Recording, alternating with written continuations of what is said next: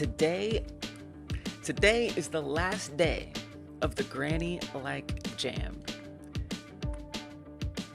It's been a month. It's been a month. That's how long we work on it. This is a game jam where we make games like other games. This is the 5th one that we've done, and we're making games like the game Granny, a horror game that came out. Thank you for the hydrate. Horror game that came out around 2017, and you're sneaking around a house trying to escape a murderous grandmother. There's 3 hours 47 minutes left if the giant clock didn't tip you off. And I'm gonna level with y'all. I'm not gonna get a game done. I'm not gonna get mine done. So I like to participate in these jams. I started them as a way to help myself get better at finishing things with a small scope. And I think that's gonna help other people too. So it's a community effort as well. With that said, I might have overscoped on this one. It's not just that. I think also, I've kind of gotten a distaste for slapping together code. I did do that with the previous jams, but then again, I just think they were like overall simpler somehow, you know? And this game, it was a little out of scope for a month. I think that's really the main component. What's up, Joe? Welcome. Yeah, it's crunch time. So the concept was supposed to be you start on one side of this warehouse and you sneak past a monster to get to the other end. On the other end, you flip a power switch and it powers a door that's all the way back at the beginning. So you sneak across, avoid the monster, flip the switch, and come back. Now, that sounds very simple, but I had to take it to a level beyond what is probably reasonable in 1 month.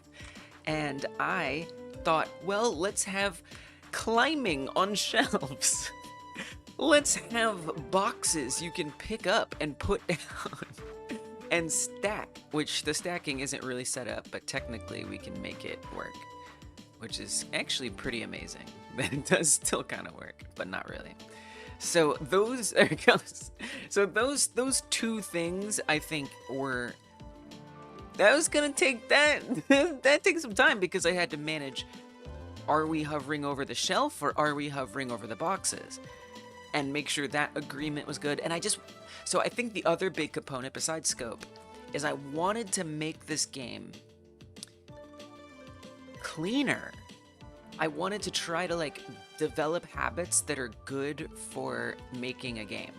Like code-wise, maintainability-wise.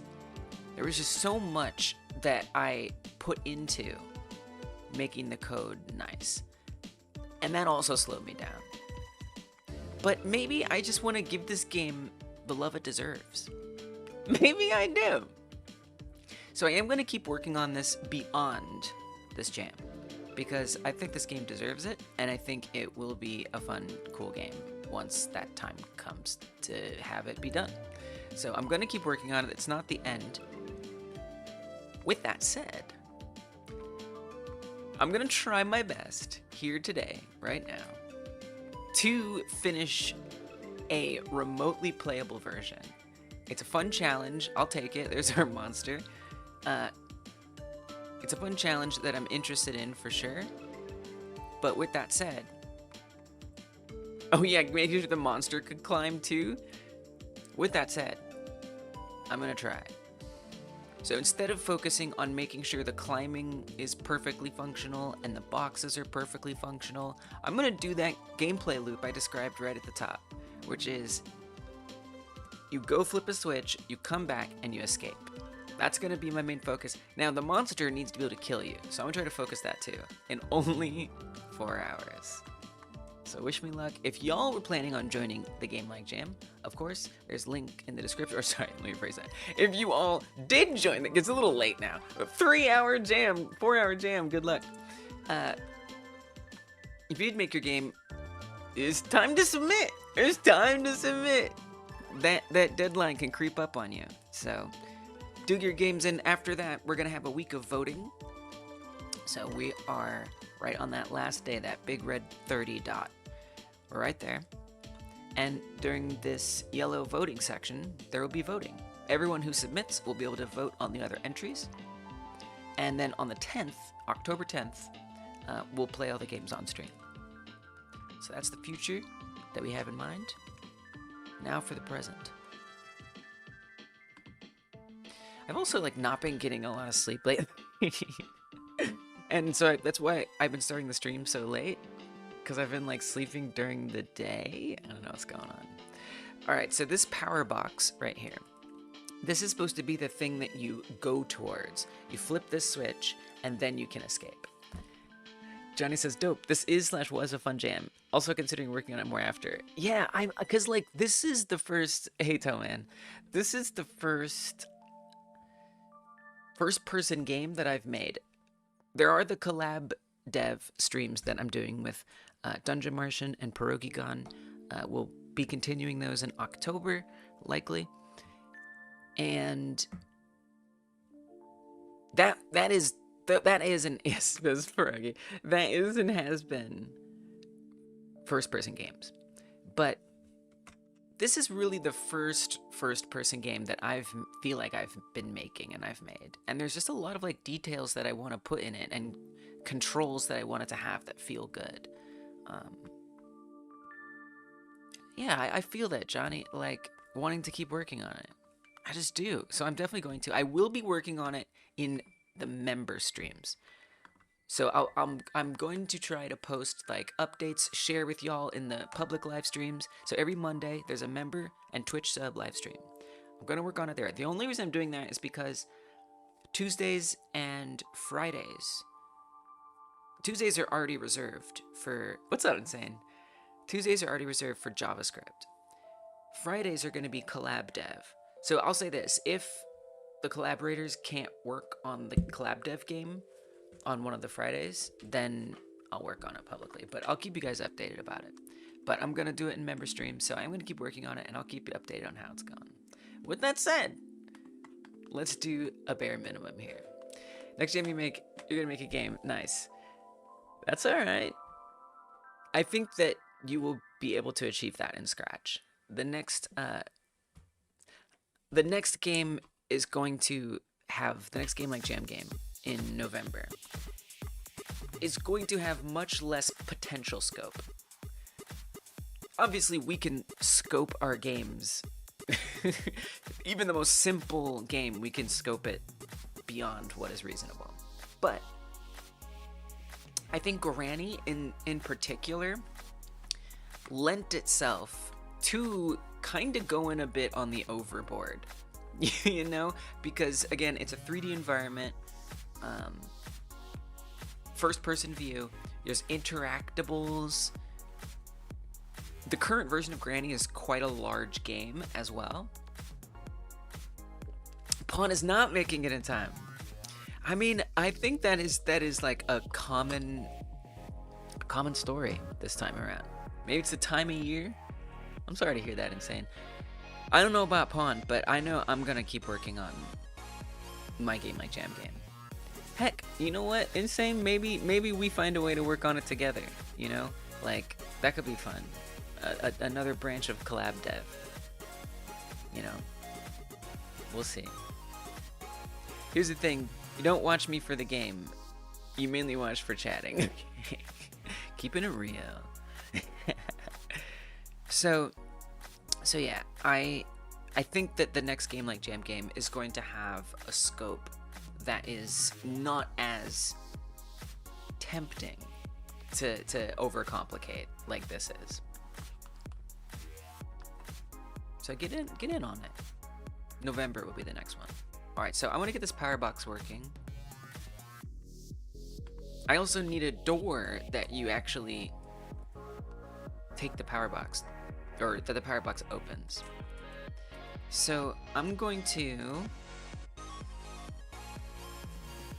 The lighting is a little brittle. Maybe we could boost that lighting up just a wee bit then. Okay. So there was supposed to be like a whole area over here, not just a power box sitting there, but again, my goal today is just to get the bare minimum gameplay loop, even if it's not designed to my specifications. And again, because I don't really want to just make a bunch of sloppy code, I'm gonna focus on, I'm gonna try to focus on not adding things that I wanted that I don't have time to actually make happen. Okay, so that's gonna be over there. Roger's map builder is getting better. I think this is the longest project I've seen you work on. Like the longest without changing to something else. That's really cool. Making tools is fun. Like, I get it. Thanks for letting us know, Roger. Zane says, about smart, I would have been trying to make it 2 as a backup plan. You are smart. You are that smart. Look, it's collaboration is hard. It's hard to know what to expect from everybody, and it's hard for everybody to even know what to expect from themselves. You did your part. You know? You did your part. I think it was reasonable to trust Pawn. You know? I think you're smart. You doubt you can whip it up in 3 hours? Yeah. If you had dreams, yeah, totally. So I need to make this interactable. Let me get the door too. Did I bring in the garage door that I want to use? I did. Wow. There it is. I think this is the right side. Okay. I'm gonna save this in a folder. Gotta lock in. I just gotta like, I gotta stay zen. Cause I don't want to make a mess of this project. I just don't. I think it deserves to be treated kindly. Yeah, it can happen to anyone. That's right, Frank. You're here, so you must be smart.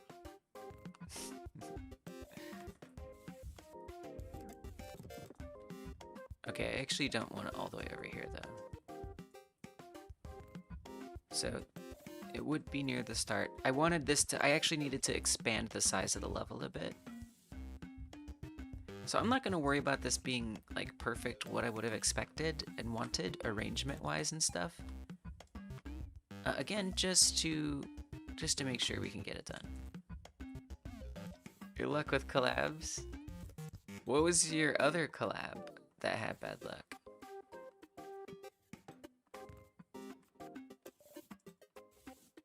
Store looking a little small. Actually. Let me see. Let me see something. Is it too small? No. Wow. It does feel like it could be bigger. But just a little.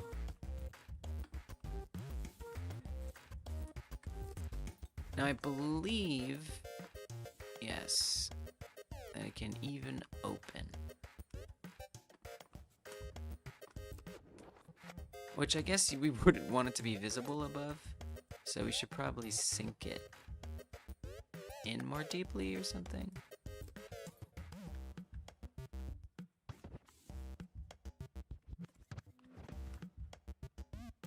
Either the whole door, oh, okay. Okay. I don't know, Godot undo is super weird.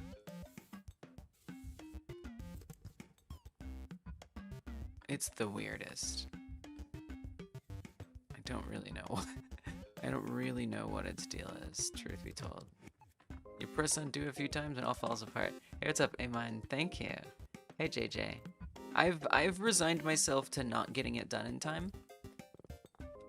So I'm just gonna do my best to get like the core base gameplay loop in. What even happened? This is very confusing. All right, we're gonna start this garage door over. I don't know, I'm telling you, there's something about, I don't know if it's 4.5 or what, Godot 4.5, but there's something going on with undo redo in Godot that's not pretty. I've noticed.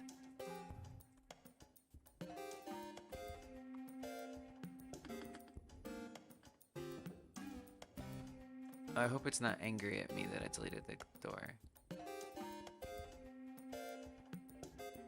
Yeah. I'm also too tired. I've been so tired lately. But that's just because I've been staying up.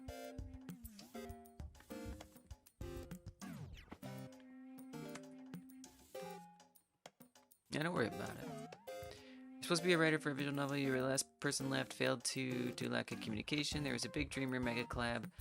Had to do all the entire last half of it. You're once part of someone's Halo. Whatever that is. Machinima. It died after like the second episode 4. Y'all had hell with that spooky fishing game. And trouble with the one after that you made music for. We're gonna keep working on. We are gonna keep working on the one after that you're talking about in October. Machinima. Thank you. 1:30 a.m. Good night, JJ. You deserve sleep. Yeah, we're gonna keep working on that one. And then, as for the one that Rogi and I did, I don't know, I think that went fine. Did we get the music in? Did we end up getting the music into that? Oh, but maybe you added like a lot of extra stuff.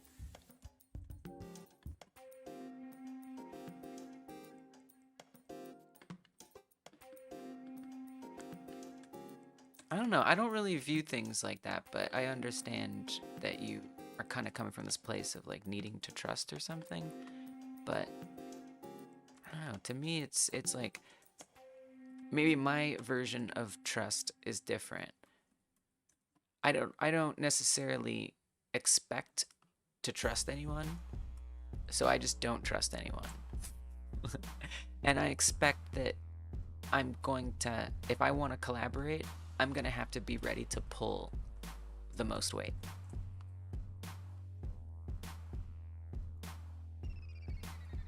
Which it sounds like not good boundaries. But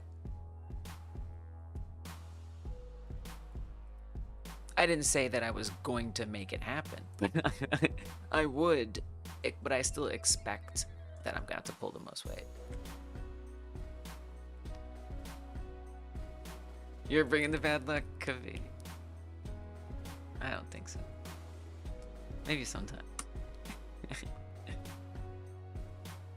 Okay, so hopefully this will be easier to disguise. Although then you have to put it, I feel like we should go even further back. I mean, heck, you could even go all the way back here. Why not? Why not? Then it can literally be actually entirely behind. I think that's the way to go. It's kind of nice not to be like panicking because it's the last minute. But I still like a little pressure. So it's pressure for me to get this core loop in. Yeah. I'm sad for you too. I know. There's always next October. Or November. Or August.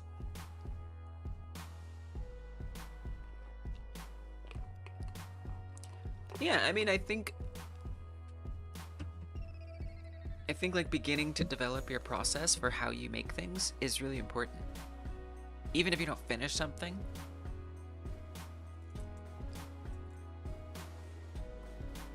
you're still getting closer. Now, the next project you work on, you know you have a good workflow for making art. And making it so it can be implemented into a game engine. So, not a total loss.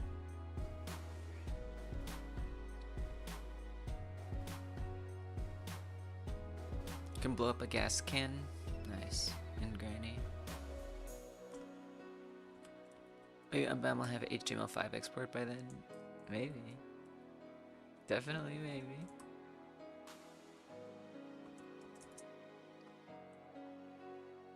Okay, let me just make sure this doesn't show up.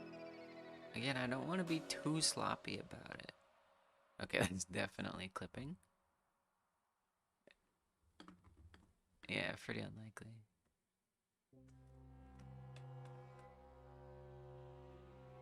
Oh, right. If it's too far behind. I see.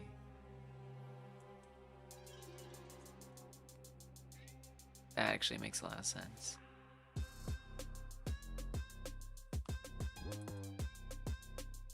So, I mean, how am I even supposed to do that?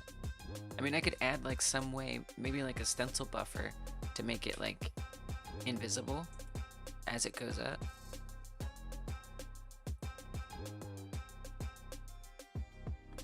Could be a possibility. I'm not really sure how to do that.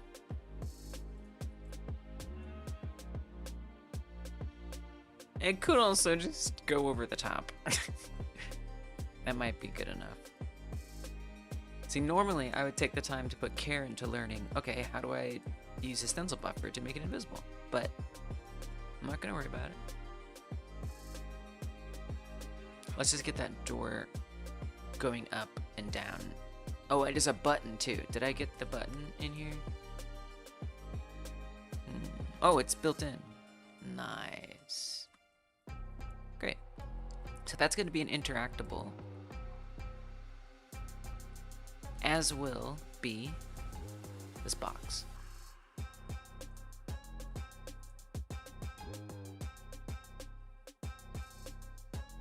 Let's also start the player further back.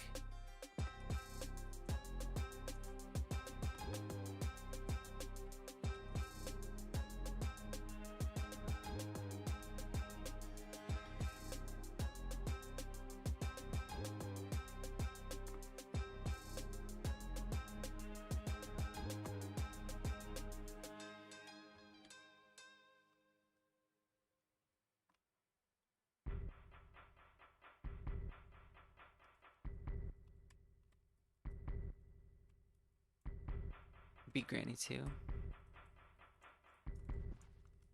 Yeah, I like how there's multiple endings in Granny games. Replay value.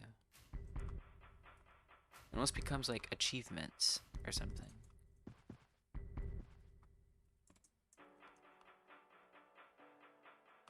Yep, I stream Mondays, Tuesdays, and Fridays. Mondays are for Twitch subs and members. Come on through.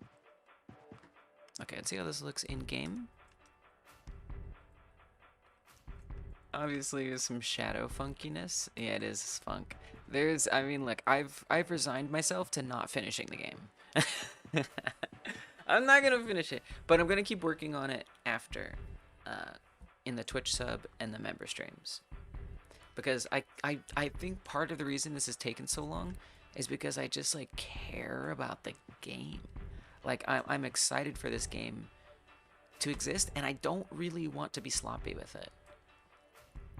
Some of the other jam games, I didn't like mind being like sloppier about it. But this one, I just feel differently. Wait, why is there two different button boxes?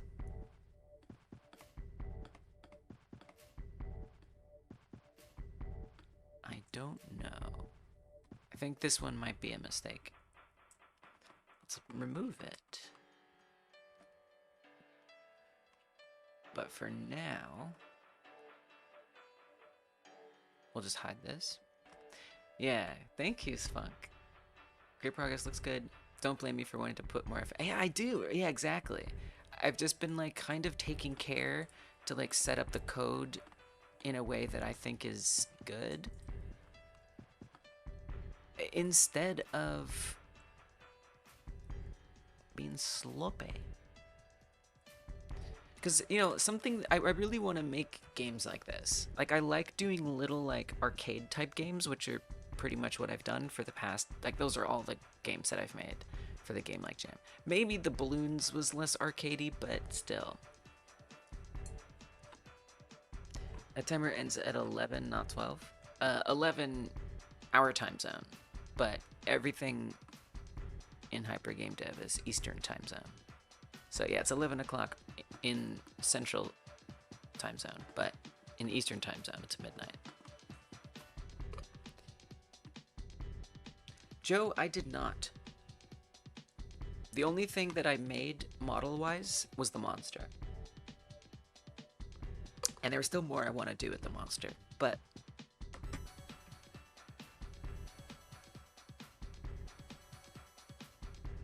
So this I made, which is fully rigged and animated in all different types of ways.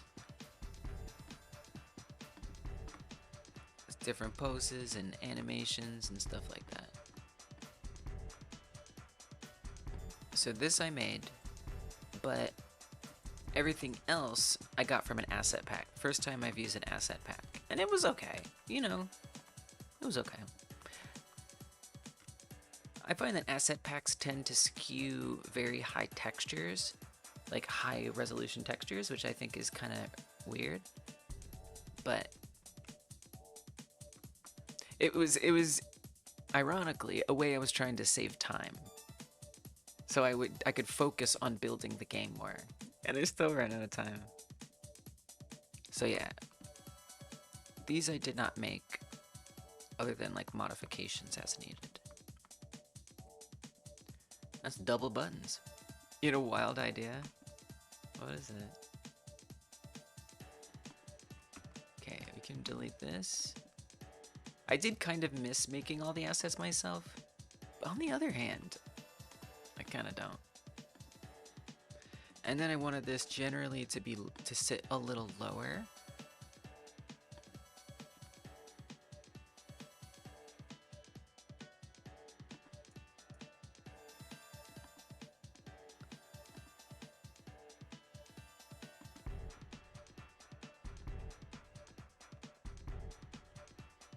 Very cool spider character. It looks like it'd be pretty complicated. It was. It was. Good learning experience. But yeah, it was. Derek finished the game! Let's go! The janitor. Yeah. Nice, Derek. I'm so happy. That's why I'm stretching and putting my arms out. It's like a kind of hug. Nice work, Derek. I'm so excited to play y'all's games.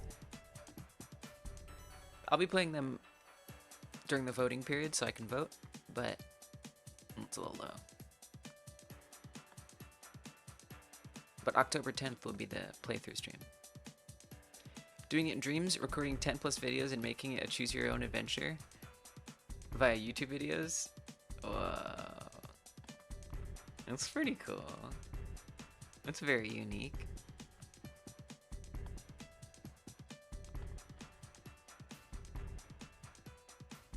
That's worth exploring.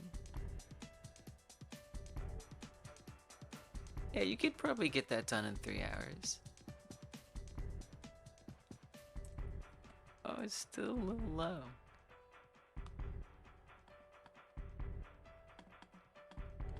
Maybe like the export times or something. It kind of sounds doable.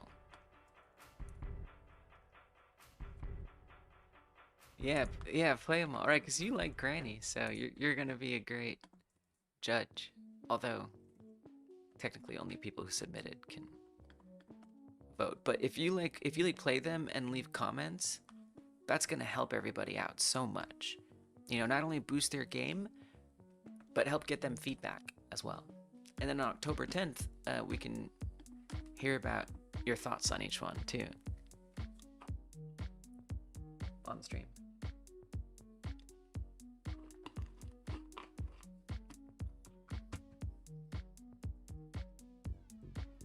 Okay, this feels a little more reasonable to me. You'll notice I do like clip right through it, which is not great. Also, obviously, there's a wall here. Yep, October 10th. On the jam page, you can see the calendar right there, October 10th. So we're doing voting over this week. Everyone who submitted can vote, and then on the 10th, we do the showcase.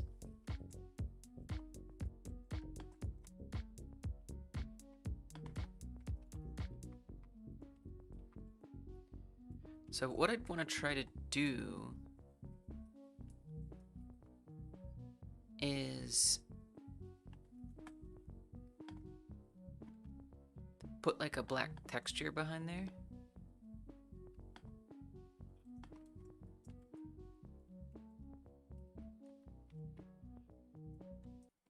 Although maybe I wouldn't want white, because kind of what I was imagining is it was like bright white light that you're escaping into. So I'm just going to try slapping a little mesh together. Birdside, you rediscovered another PS1 game, Power Shovel. What is that? It sounds cool, actually. I like the relationship you have with games. It's really nice. Like, I don't know. You're a good game enjoyer. Oh, we reset the garage door position. That's okay. I would rather set that up in Blender anyway.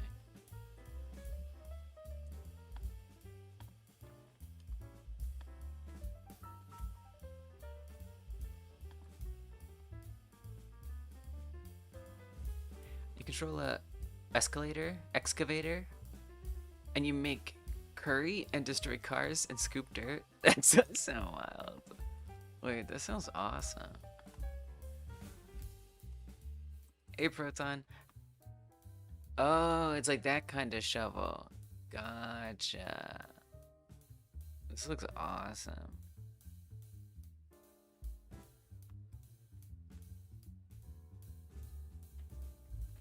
I love the graphics so much. Look how colorful and low poly it is. It's delicious.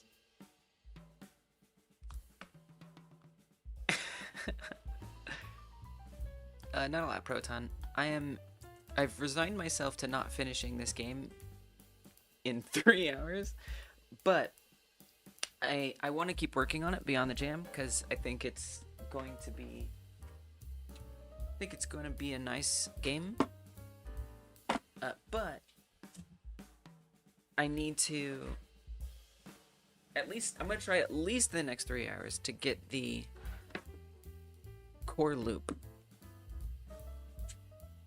Even if it's not going to be everything I wanted it to be. Derek's Granny has when you walk, the janitor hears you, so you have to be encouraged to crouch walk. Nice. You can still walk but limited. Yeah, I kind of wanted something like that too. Nice. I think that's a really good idea. Just like playing around with the... I think that's part of what made this, for me, more complicated to work on than like an arcadey type game, is thinking about the different ways that it can be played, like the different components. Having sound be different volumes depending on what you're doing, having the monster be able to detect sounds, also be able to see you visually, be able to chase you. There's a lot of like pieces that have to come together, potentially. But I think that's also what makes it so fun to work on, too.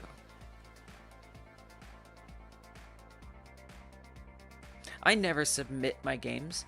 I don't know, it feels weird to like enter a game jam that I'm also hosting. So if it wasn't ranked, that'd be different. But usually what I do is I upload it to my account, and then yeah. So I mean, they're not, right? Like, my game isn't in there. Like, in the past submissions. Mine's not in this. But they are down here at the bottom of my page, on, or the Hyper Game Dev page, and then I actually upload them on a separate itch account as well. But I don't think I'm even gonna have something to post on the itch account. Maybe, but I don't really want to put up some little sloppy mess. You know, it's not gonna be the game that I want it to be, or not sloppy, but just under powered. You love the warehouse? Yeah, me too. I really want to make the warehouse more, like, get more out of the fact that we're in a warehouse. Yeah, undercooked. Perfect. Great word for it. Can make itch account. Gmail being used before. Okay. Well, to enter the jam, you do have to have an itch account. So,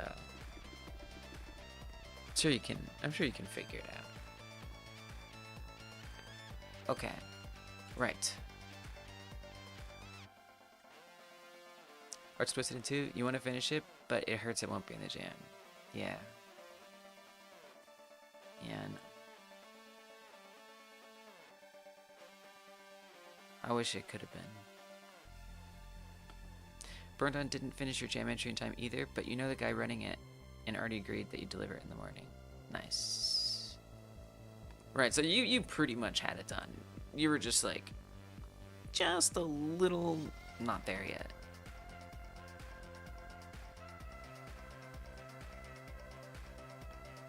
That's kind of nice that you were so close to getting it done.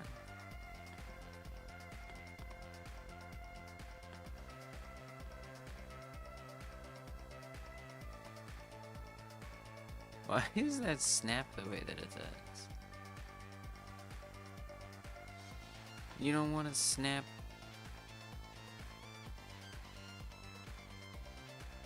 Oh, first of all, snap's not on. Number one. Weird. Hey, Cheeky, welcome. How you doing? How you been?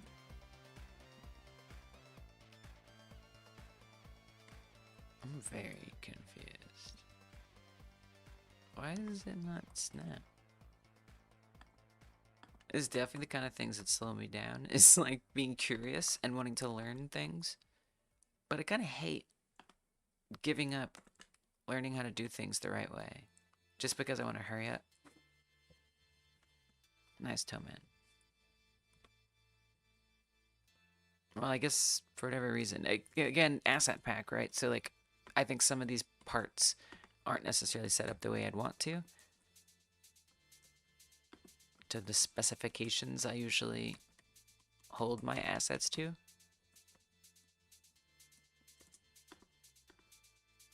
But that's okay.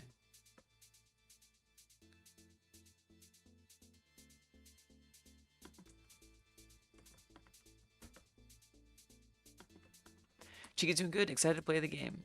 Yeah. So I'm not going to have it done in 3 hours. I've resigned myself to that. I've accepted it. And I'm okay with it. Because I just want more time to give it the love it deserves. So the only thing I'm going to try to do today is get like a core loop. And depending on how close it feels to a game, I feel like I might share it like with like a password protected link or something, or like unlisted. So you might be able to play it. We'll see.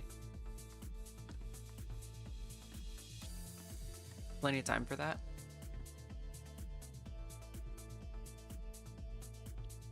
Oh, you mean remaking the assets? I don't know that I would. Maybe.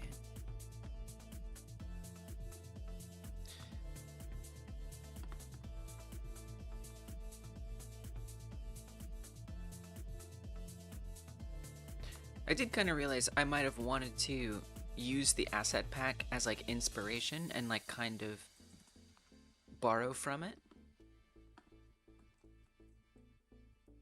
Like say, oh, that's how they did their garage door. That makes a lot of sense because it's very minimal in its design, and I would like to learn how to design that minimally as well.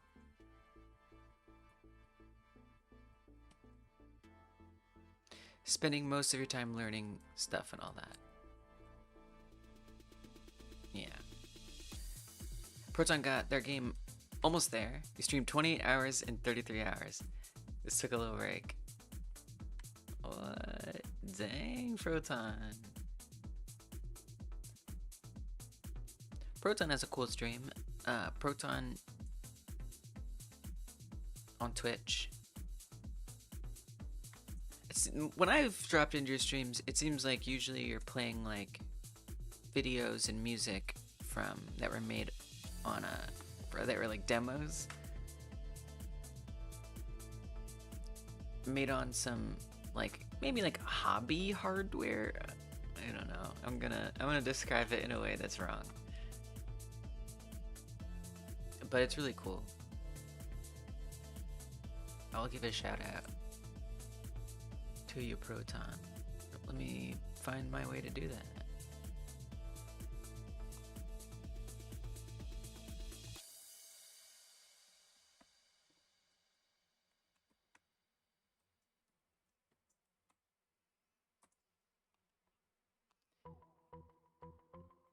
Describing things in a wrong way is your world.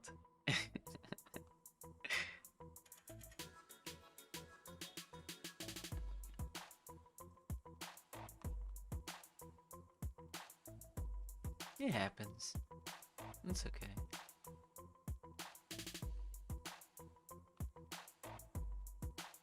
How to delete games? Just go to the edit page.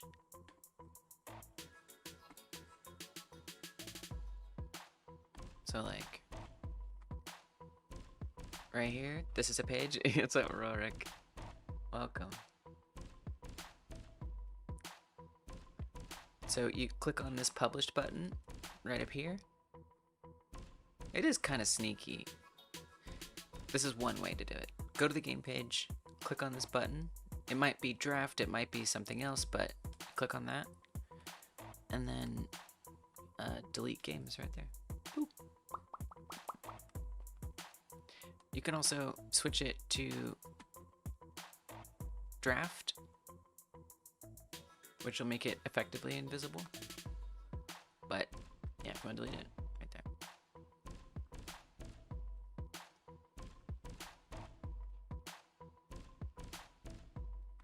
You're welcome. Bad at explaining things, you have terrible memory. Gotcha. Yeah, same.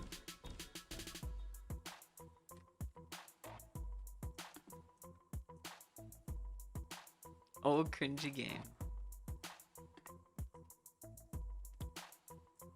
Alright, so we've got a garage door. We've got a power box. Now let's make him do stuff. I think that it needs some collision because clipping through it is not cute. So let's give it a static body.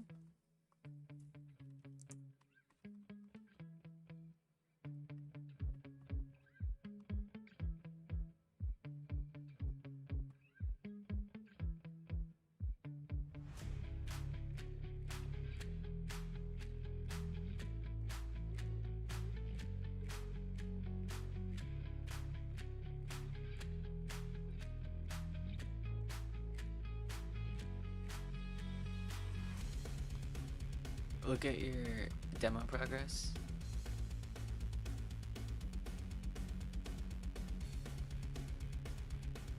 Right, so it's like for making, it's like a demo situation.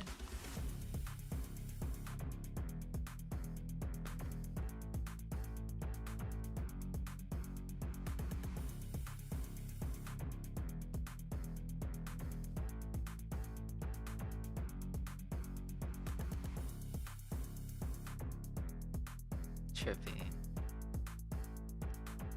So I think the idea with these is you're making, using stuff like an Amiga 40 to, and literally self-contained, what is it, like under 56 kilobytes or something, self-contained in this. There's the models, whatever, the art, the rendering, the audio, every component that goes into it is all contained within, and it's still less than 56 kilobytes or something. So like using like, kind of like forcing a limitation by using hardware that isn't super modern and keeping it under a certain size. It's looking nice. And then kind of showing off all these different compression algos. Right. All these different like demos of like different computation stuff. There's a 4.6 snapshot. What? No, I didn't see that. That looks cool. I love this 3D donut. I did not see that.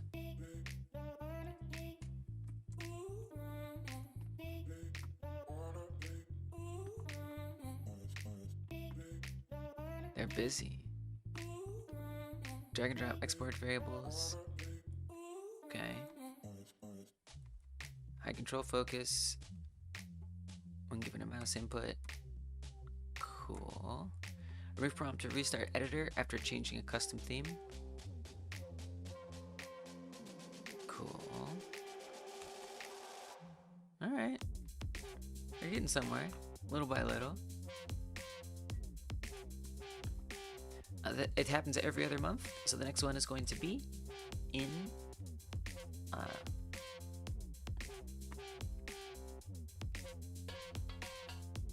November. You can always go to the jam page to see when that's going to happen. So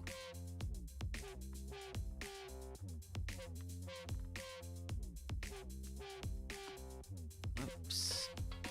Right? Did I put a future jams up here? Oh. I forgot to add future. Oh, there it is. I was like, really? There it is. So future jams, you can see that. I was having trouble accessing my website editor, so I haven't been able to update the devlogs. I'm just going to take them off for now. Yeah, so jam page has all the information that you could ever hope for, and probably a little more than you would want.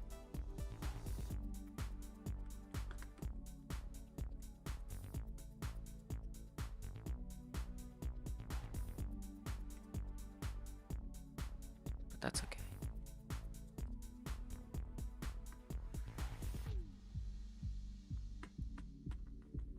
All right.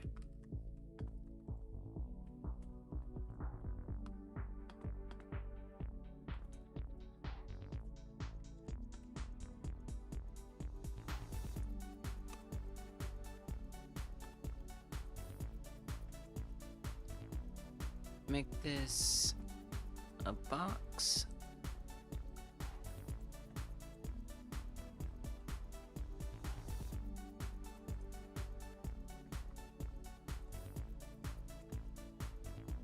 And then, you know, if I get to having the player walk out the door, I'll just have it be like an animation of the camera just like floating out the door or something.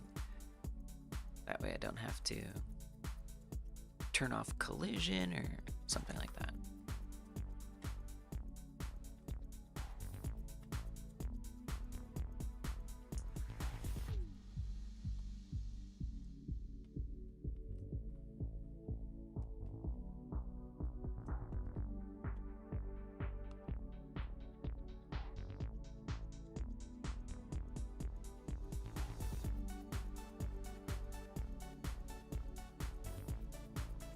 Okay.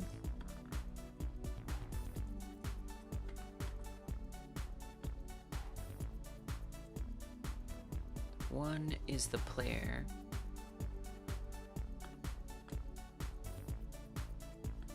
Could call it a surface. It's gonna make sure I bump into it.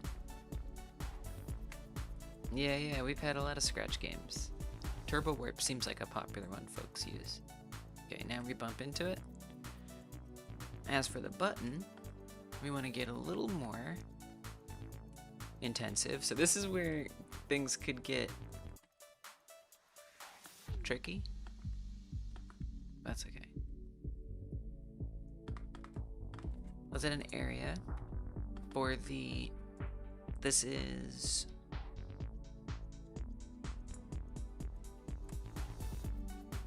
Call it button. What did we say? Check area? Activatable area? Something like that. For consistency's sake. Activatable area. I always gotta sound out that one before I spell it. Okay, then make a collision for it. Also a very simple one, thank goodness. Just a little box.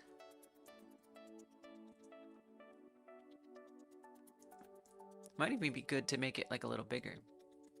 For your and Pawn's game, the walls are up and the player can walk, and that's basically it. It's a start. Nice. So like, did Pawn end up getting like some of your assets implemented?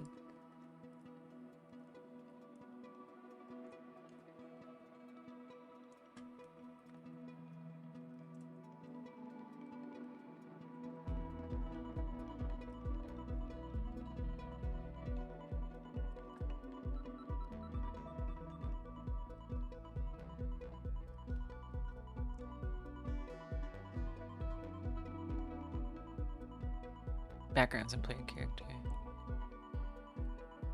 So the workflow does work. It's good to know. Hey Eric. Welcome, welcome. How you doing? I think a little bit bigger is probably good. Just so it's a bigger target for the player to potentially hit.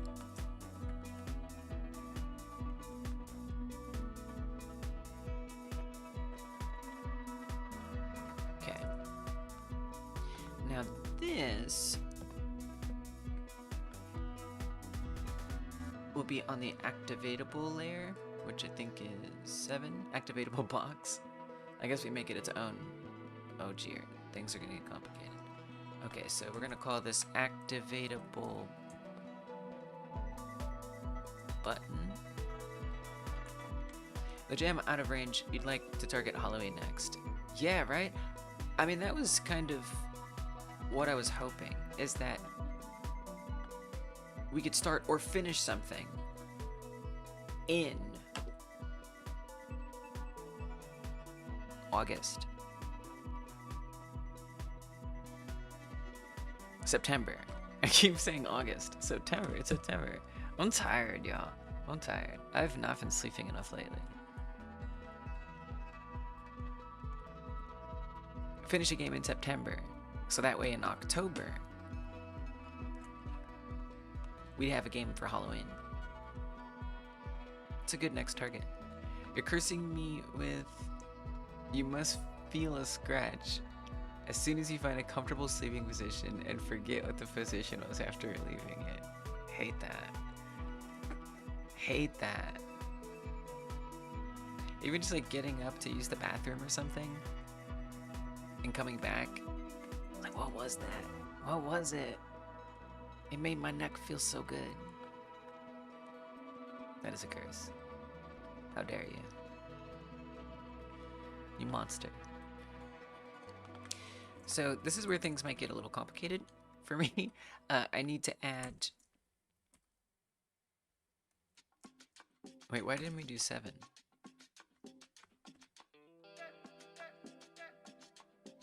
Oh, that's bitwise operator. I forgot. I have to convert it because I don't know what it is. Bitwise. Oh, I think it'll tell you, but no, it's different. Bitwise just going to we're gonna co-pilot that one. What would the number 8 be bitwise wise? Each label corresponds to a power of 2. It corresponds to... no, it doesn't. But, okay. No, I'm saying a new one that is on... that converts 8 to bitwise.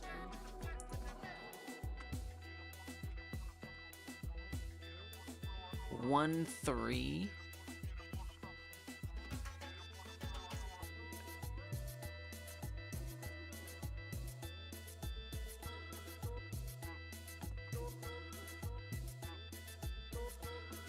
Was it bottom shelves? It's not. I don't think it has any idea what I'm asking right now. I don't know how to do this math.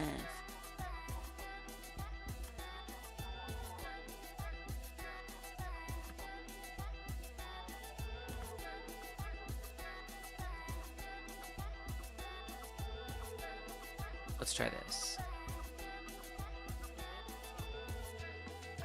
If this equals 7, what would equal 8? Testing a copyable stopwatch you can use for jam submissions? Whoa.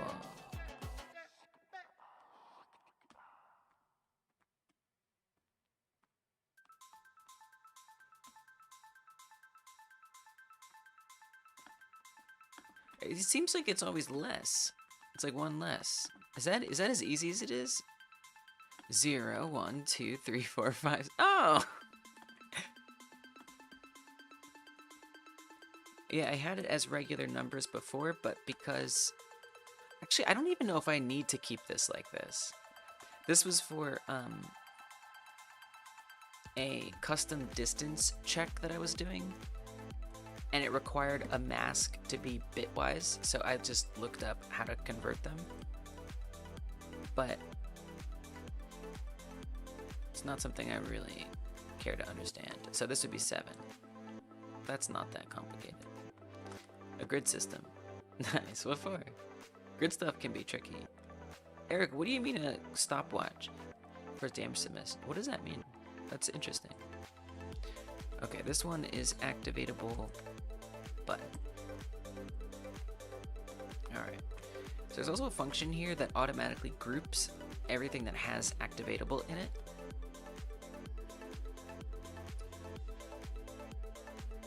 Maybe for good measure, let me just do the box too. Used for X in range, and range is exclusive, so it's 1 number smaller than it needs to be. Oops. Sounds fixable though, but also oops. Grid stuff can be tricky. Alright, Crillionaire.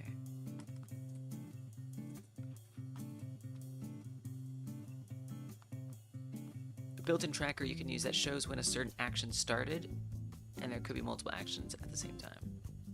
Like in a game, like if you...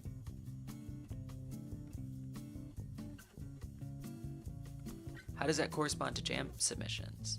Like, your jam submission would have that stopwatch in it, so that way, is it like a debug tool? Is that a... Or is it like a feature for the game? Okay, this one, I could give it a static body.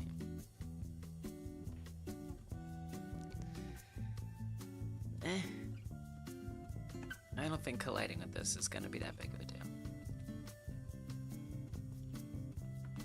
A feature for the game. Nice.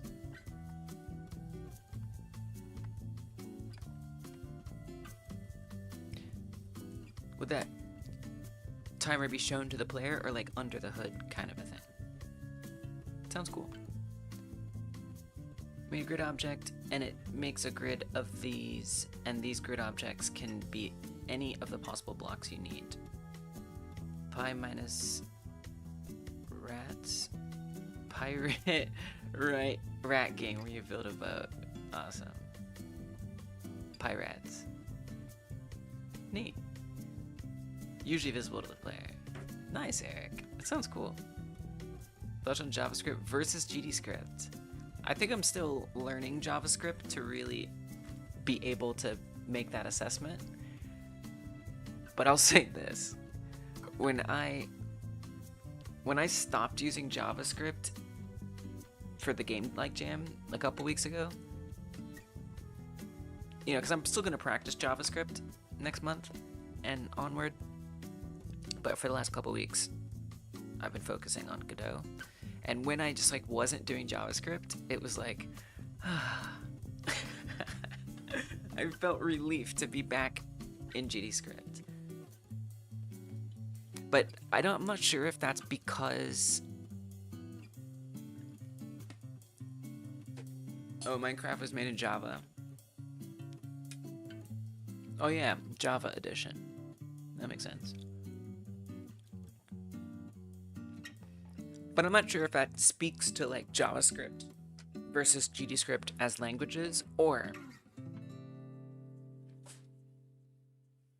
just the fact that I'm still learning JavaScript.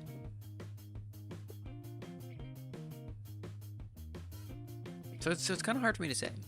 Yeah, I like GDScript a lot. I have a feeling that to some extent, GDScript is still like kind of more comfortable to use, at least for me.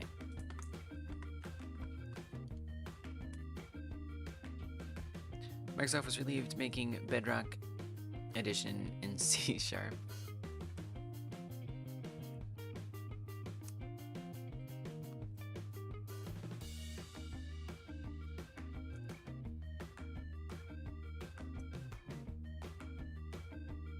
Yeah, I'll definitely get back to you on which I like better between those two, but Joe, but I mean, my instinct is that I like GDScript more.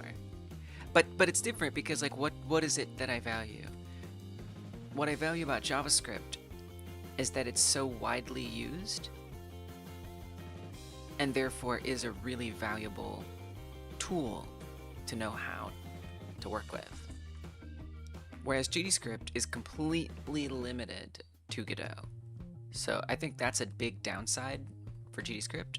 Even though yes, it's Python-like, it's still different. Unless you intentionally try to learn Python or already know Python, it doesn't necessarily help you. Especially because Godot, you know, if it's like using a library or something, right? It's not really teaching you what the base functions are. It's just kind of giving you a shortcut to a lot of things. So yeah,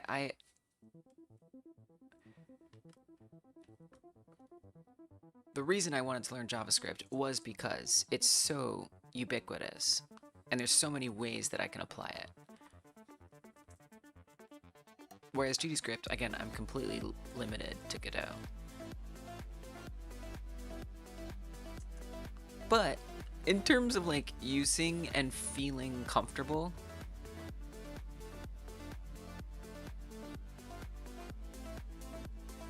GDScript all the way.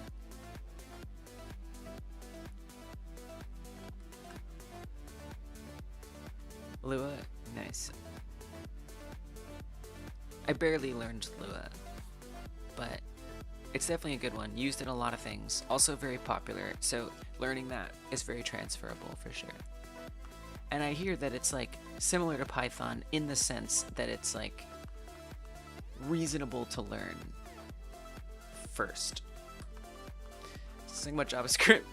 Syntax doesn't seem as elegant. Yeah, too verbose. Right, I mean, look, in GDScript, yeah, that's a good point. Like, in GDScript, you have indentations as what really handles a lot of the declaring whether something is here or there or is nested this way or that way. Whereas in JavaScript and other languages, there's like the brackets and parentheses and all that kind of stuff that I think just makes it look a little clunkier, a little less clean. You know, an if statement requires like basically a whole function on its own of a such. Like it's like a method instead of just being like whatever you call this. Going back to regular 2D Godot, you miss just having the very small screen space that's a terminal forces you into? You're saying you prefer 2D Godot?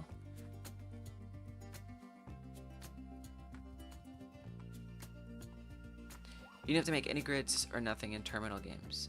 Terminal games?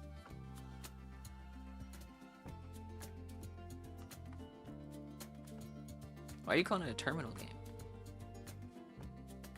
Your kingdom for an official Lua in Godot update. Probably never happened. G-Lua.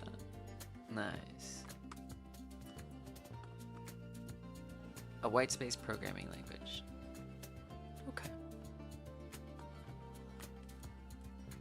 Literally don't care, Toe Man. You're good. A game with no window just runs. Right, I get what you're saying, but in that regard, but what does it have to do with 2D Godot?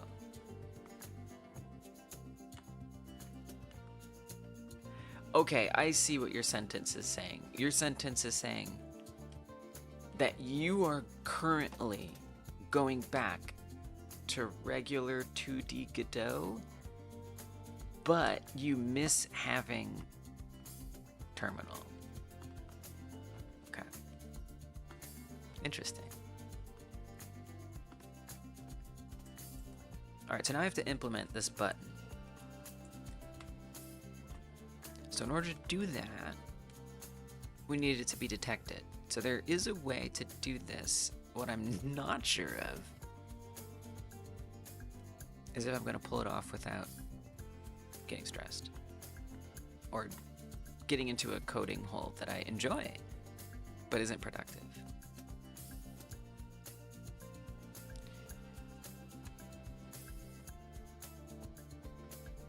Make 2D better in Godot and it won't sketch out every virus protection in existence. But you hate it? I'm sorry.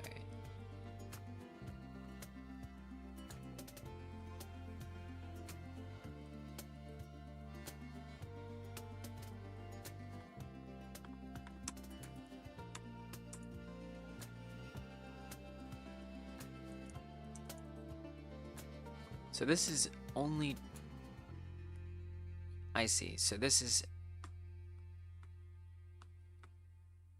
checking for each individual one.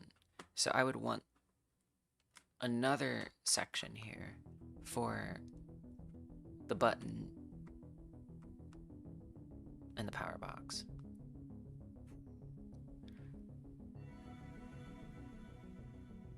So like I would love to rewrite this in a neater way, and I would, but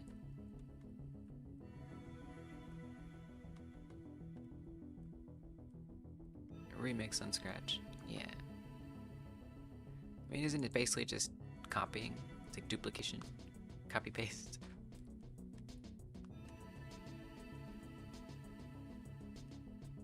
A very UGC kind of word. Remix.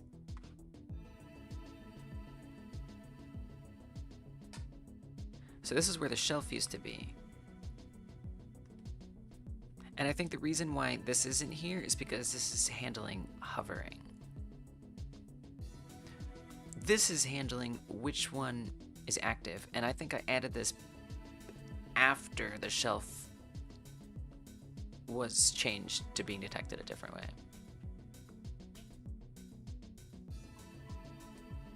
JavaScript, Lua, and Python are all white space programming languages. Oh, line break equals new statement. Gotcha. Thank you. C#, Java, C, C++, etc. are all C-styled. Curly braces define function start and ends. Semicolons define end of statement. Yeah, I definitely don't enjoy doing that. I like white space languages. But I'm gonna learn other ones too, because they're all too useful. Yeah, a one-line entire function. Yeah. That's true. You prefer it?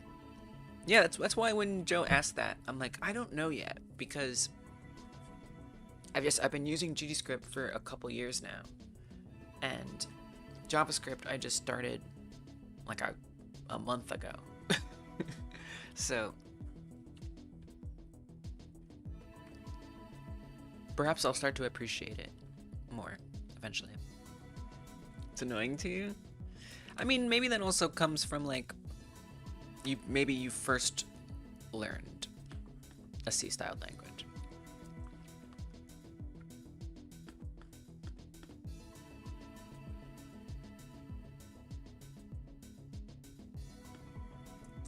Okay. Very well. You just don't like it.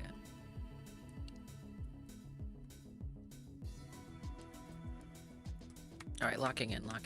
So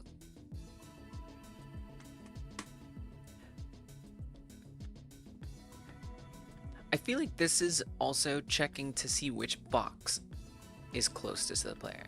I mean, I know that's what it's saying, but I'm saying that because I don't think that's going to be as relevant for the button.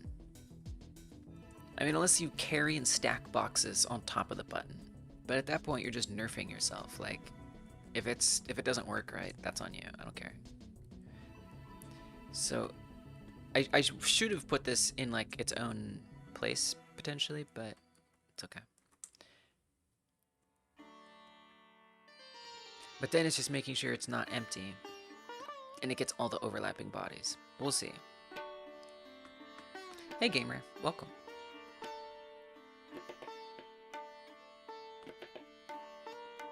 It can be annoying with all the symbols and remembering to put them. Yeah. Yeah, and I think I also get really confused. Alright, Toman. I think I also get really confused when I have like a lot of nesting going on. Not a lot, but like enough that there's like 3 or 4 layers of parens and brackets.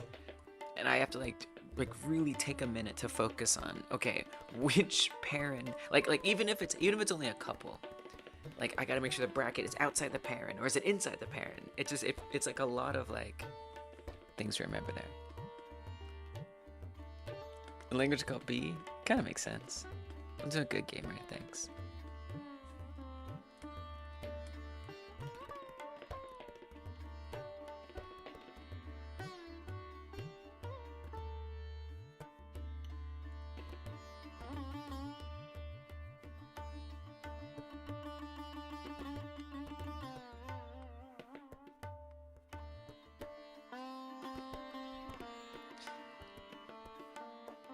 You know what I also think? I think this could be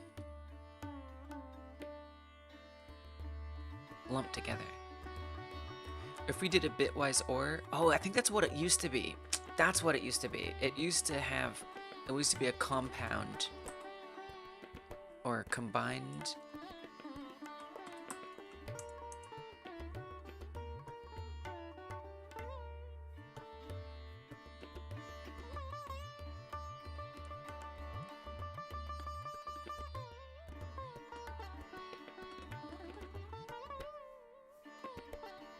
And then do we have the other thing over here? Something that I did is I reverted the player script, but nothing else. So there's some things that were sort of left behind without the context of how they were implemented. Are you not indenting in Java 2? Yeah, I do. But I'm just still confused as me. Doctor's appointment? Nice, good. Hey Murph, welcome. Good to have you. As always.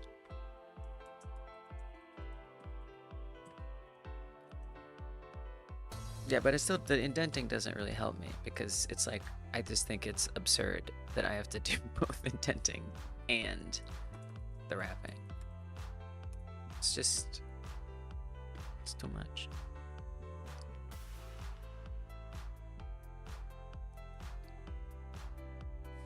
Okay, but I want to actually look for get activatable. See if this is actually used. It is. And it's right there. Oh yeah, it's right there. Are we using, I think, is that being used?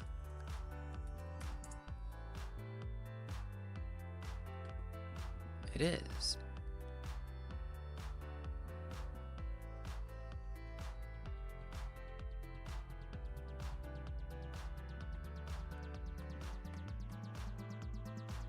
C Sharp's the best. I'll probably learn C Sharp, yeah. I want to. I want to learn them all eventually.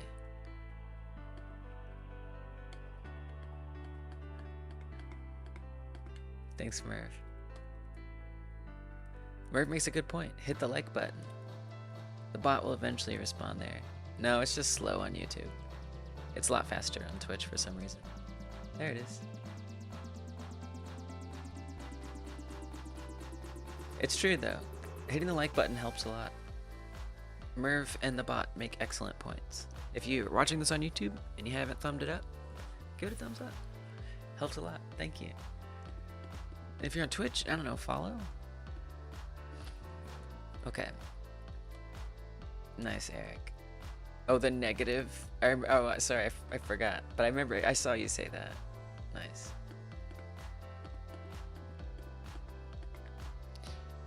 Okay.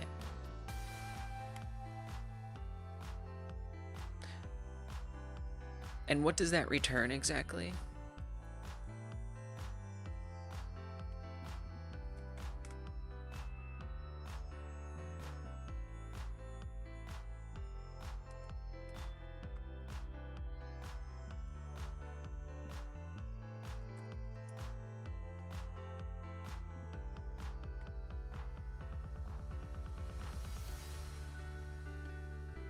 I see, and then it gets combined in here. And does this return it? It doesn't. Would be kind of nice if it did. Maybe we do that.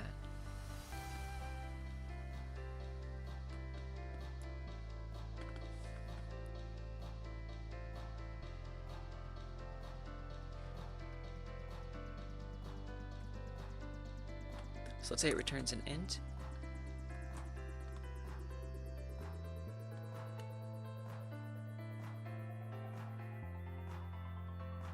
But this is checking to see if it's empty, which is a different thing, to be fair.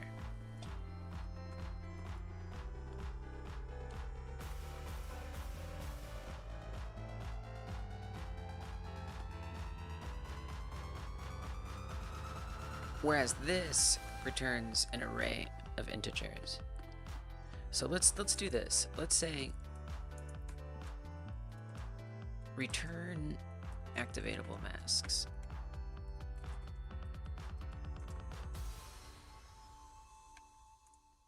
And it'll be just like this without some of this stuff.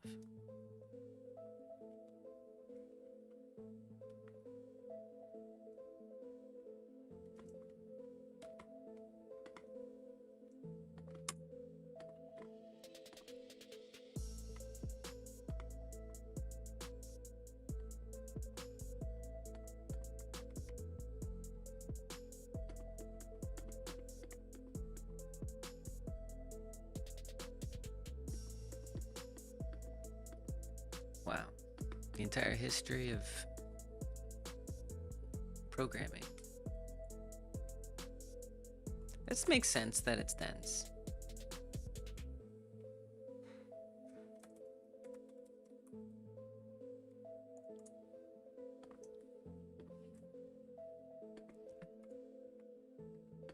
Someone understood that.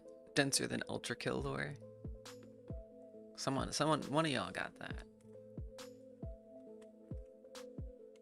I may not be one of them.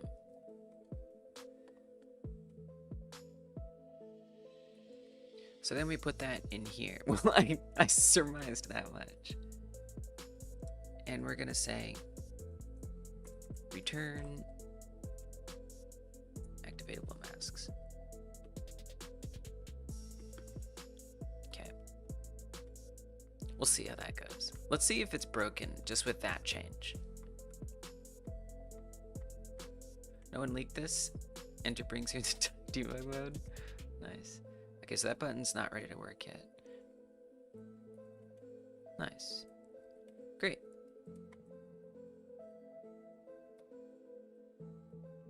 Sweet. Okay, so now we've accounted for there potentially being multiple activatables.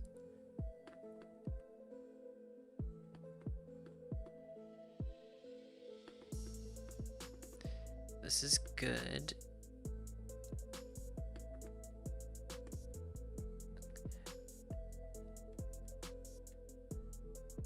I'm not sure exactly how to check such an integer. Well, first of all, bring it down to just activatable.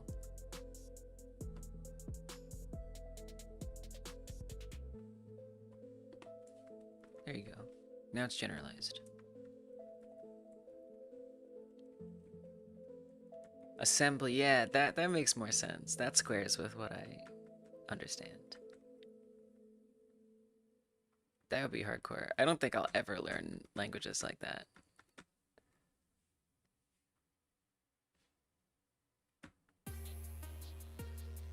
Fun, perhaps, but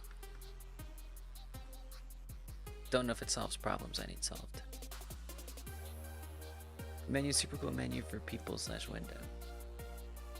Okay.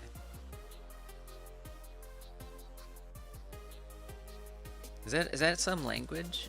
Some coding language?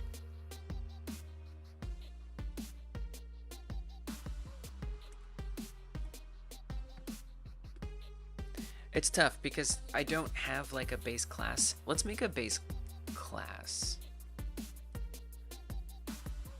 That would be very nice.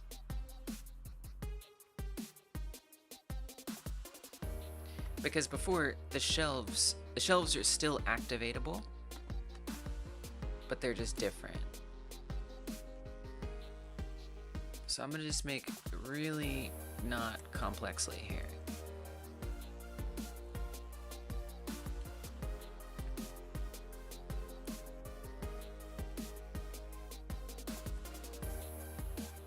We'll call it activatable general.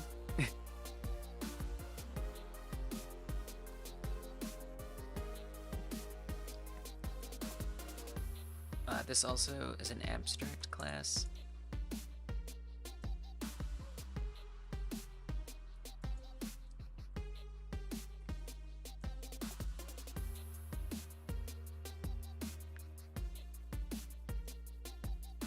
Extends activatable.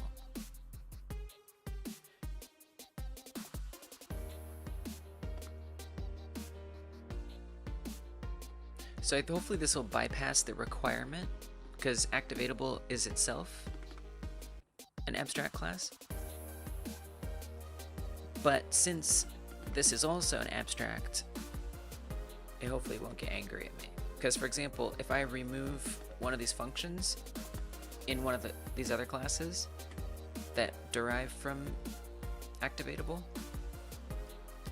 it throws an error up if I don't implement abstract methods. Yeah, see, or be marked as abstract. Good. Okay, cool. Which I like. I like that a lot. That's a new feature and I like it, but I'm glad we can bypass it. So then this would become activatable general.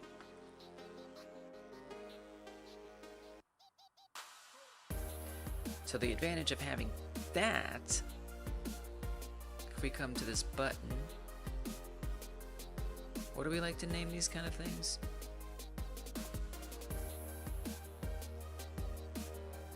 Box 1. There's only going to be one. So we'll call it power box. Debug menu internally. C++ is derived directly from C, but Java is designed after C, and C# is derived from Java. Okay. All right. Okay.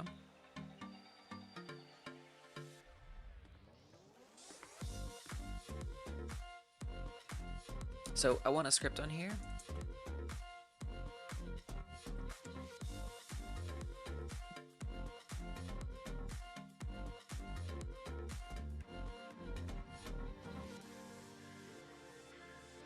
Oh, it's actually it's opening. Yeah, I'll just create a new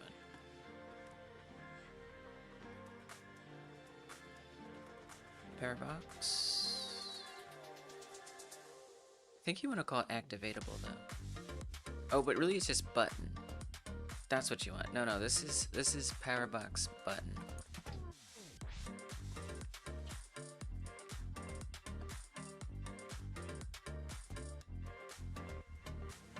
Activatable Powerbox. We can just call it a button.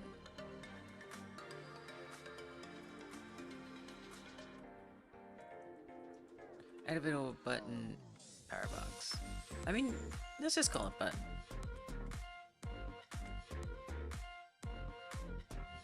Very interesting.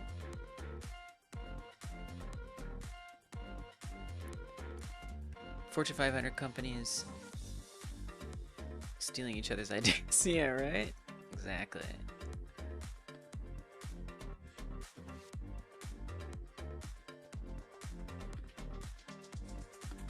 Okay.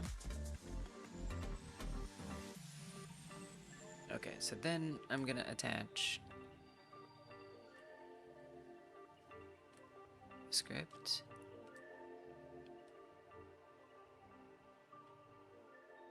Activatable button.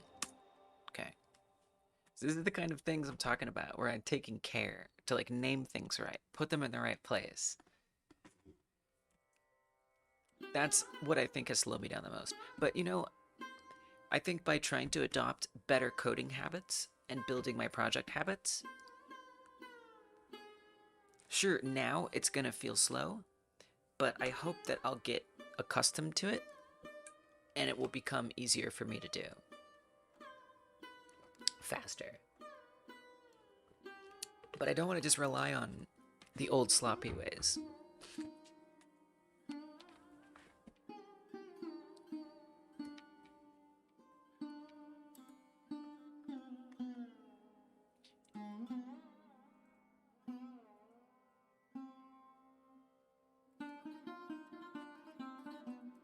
Okay, so we're gonna say class name, activatable button,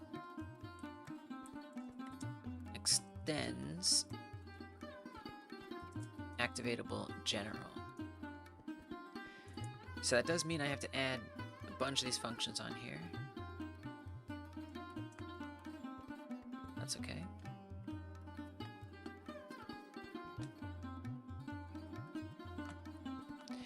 Can activate, yes. Can carry, false. Cursor Y offset, no, because it doesn't need a cursor. Cursor is only relevant if it's carryable.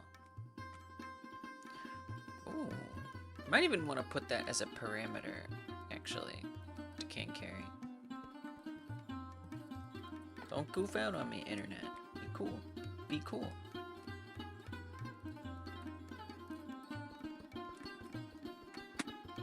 I think it's okay.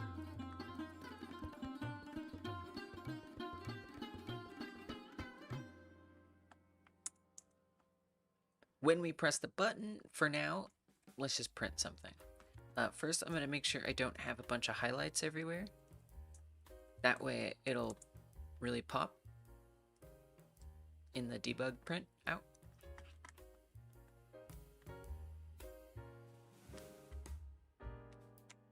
So we're just going to remove that.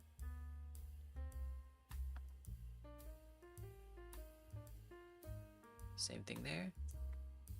Okay. You name everything slightly on topic. Yeah, I mean, it's personal preference, right? Like, obviously not everybody is going to want to prioritize those type of things. And you shouldn't have to. Yeah, so I appreciate that because it's like, you know, that's specifically something that I desire to do.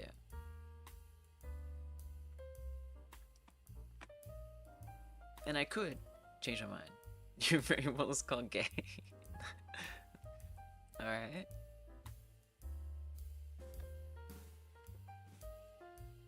It's very anthropomorphizing of variables, but that's okay. Yeah, you don't know what it is. Exactly. Exactly. And maybe it's just like my brain type too. Like if I have a bunch of stuff like that I can't come back to and understand, I'm in danger. Like I'm in a lot of trouble because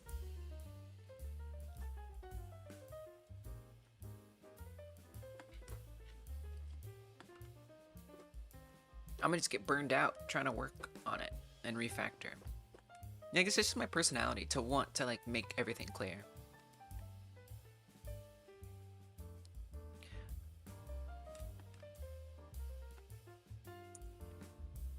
Oh yeah, we're getting rid of all the print highlights.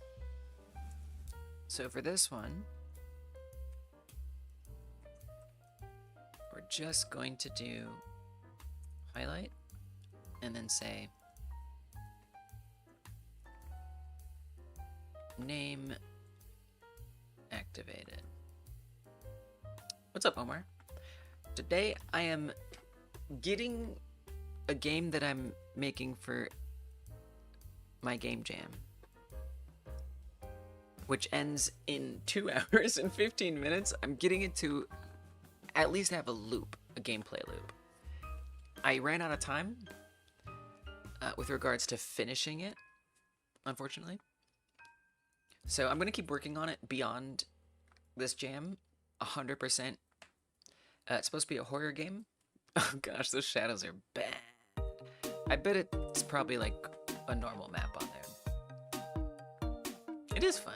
You should try it.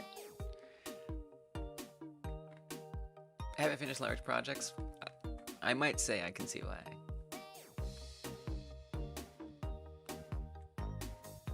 Oh, it is readable? Okay, well then never mind. Doors clipping? Maybe. I don't think it is. I'm pretty sure it isn't. Disagree.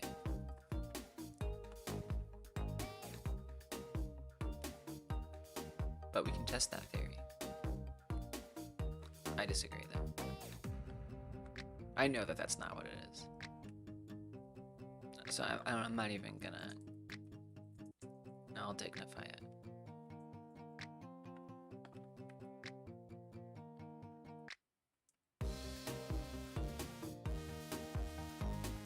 With that said, I think it's the shadows from the top.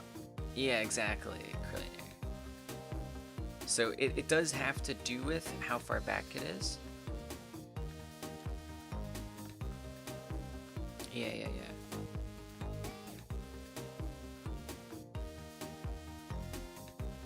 I know, now I'm questioning it too.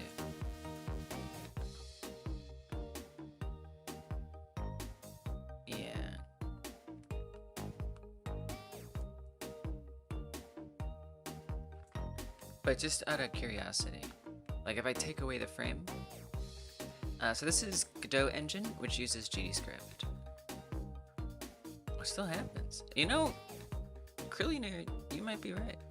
No, cause look, it's definitely above it. You can see. But I still think that it's so close. So it's definitely in front of it. But maybe it's just... I wonder if there's LODs at play. I don't know. Let's see.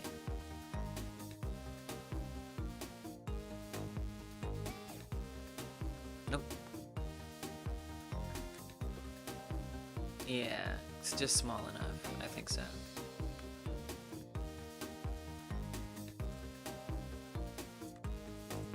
So I'll bring it forward a touch.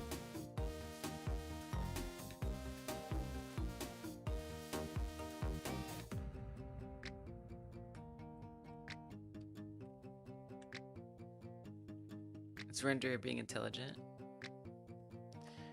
Oh, internet goofs. Oh, I hate that. The internet is angry.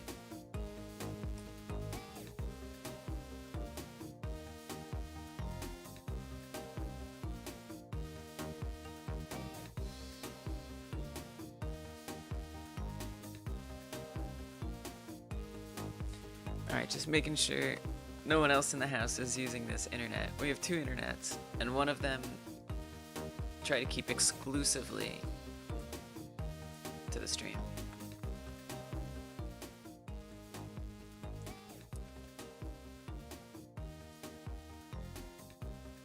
We'll see. If it's bad, we can always go back to the other internet. Wait, why is there asset packs? Like, I don't even know. Like, why is there like a...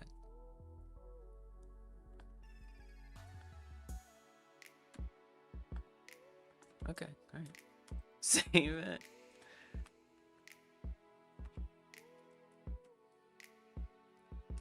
Coming in with Lee's Hyper Game Dev sponsored by Verizon. Oh, because of the internet. We're supposed to be able to have fiber in our area by like February next year. Maybe like March. And Popeyes. I do love Popeyes. And I know some of y'all have gone and gotten Popeyes because I talk about it.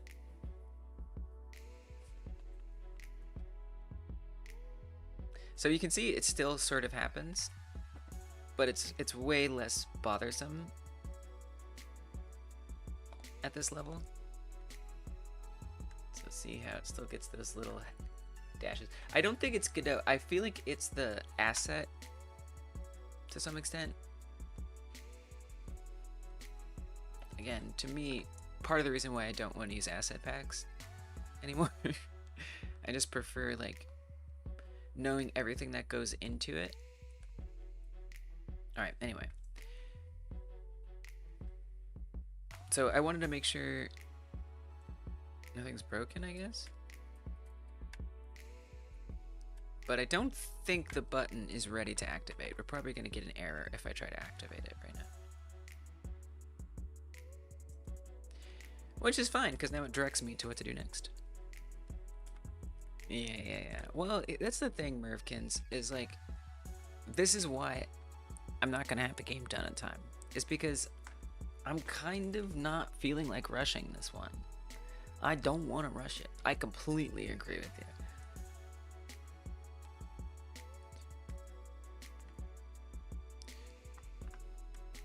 So I'm trying, if I'm gonna focus in on it, I'm trying to at least focus on, yeah.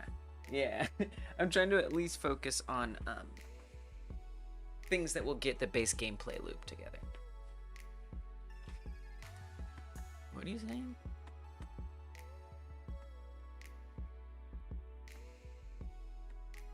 Oh, age verification?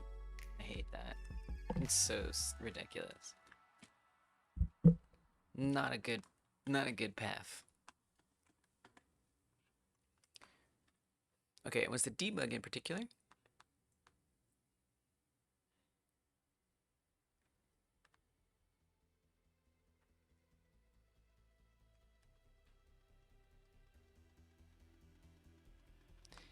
And it expected.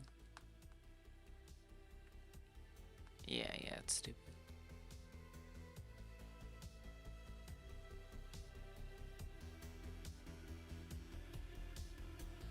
Wait, which one was it? What was the expected? It would be helpful if you could clarify that. I'm guessing detected?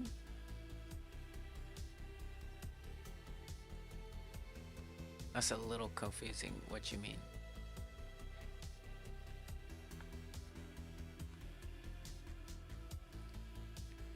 Area 3D is not a subclass of Node 3D.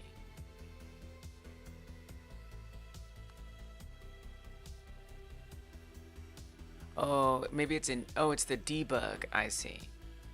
Gotcha. So I made it activatable.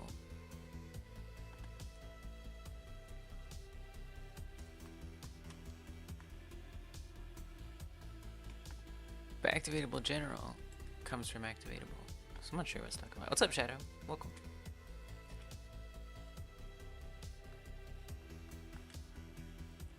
Oh, do you mean like age verification for children? Well, I don't know about that. I want to take this opportunity to remind everyone, please don't tell me that you're under 18. Thank you. I'm not saying you are under 18, or that's what you're implying. I'm just taking this opportunity to remind you. Yeah, right, using your ID. That's what I thought you meant. That's what I thought you meant. Yeah, that is stupid.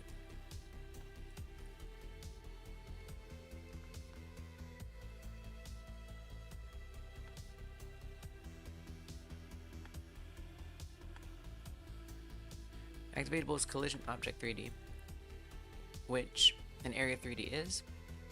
So I'm not exactly sure why it's kind of angry at me.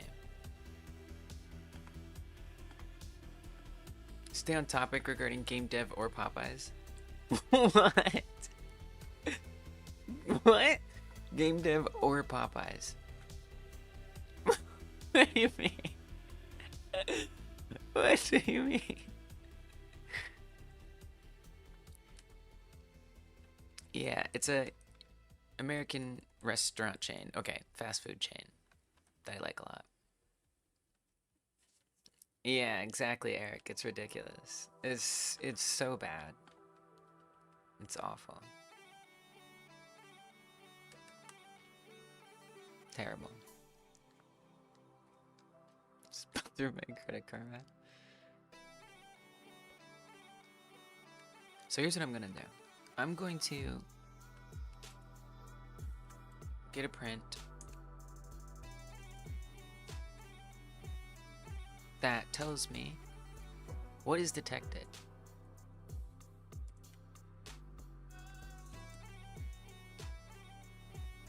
Yeah, right. Having to send your ID sucks. I hate that. It makes me be like, well, I'm taking my business somewhere else. Hopefully. Sometimes you can't avoid it, but if I can, I will.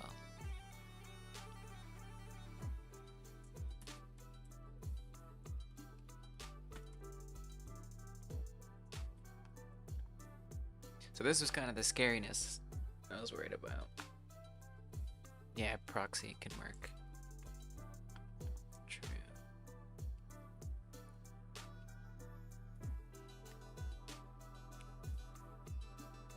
Was it when I clicked? Wait, it worked. Did it just need to like figure it out? What?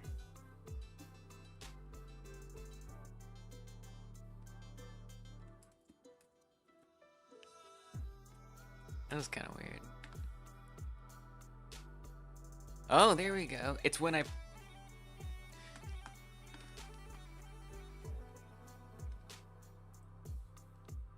Europe's outlying proxies? Yeah, unfortunately, that sets a big precedent. Okay, so if I hover over a box and then hover over a button, this error appears. So it must be like setting something. That has to be what's happening. Oh, did we get the print also? So it's detecting the area.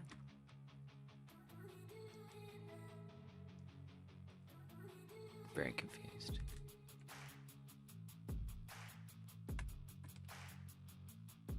Yeah, something.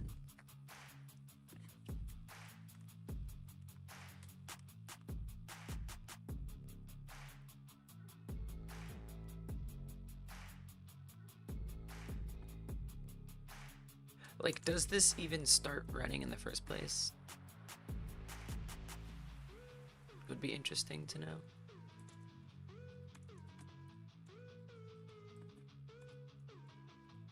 Oh my goodness.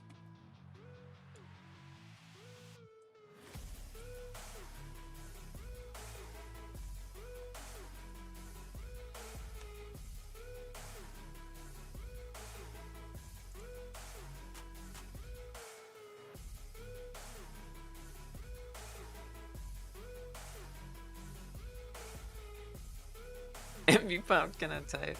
I know, I'm tired. I haven't been getting enough sleep. But it's okay. I'll be alright.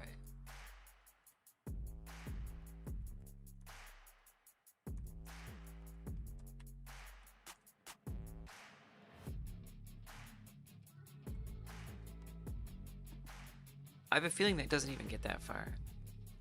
I probably need to do a breakpoint. Cat under your desk? Nice.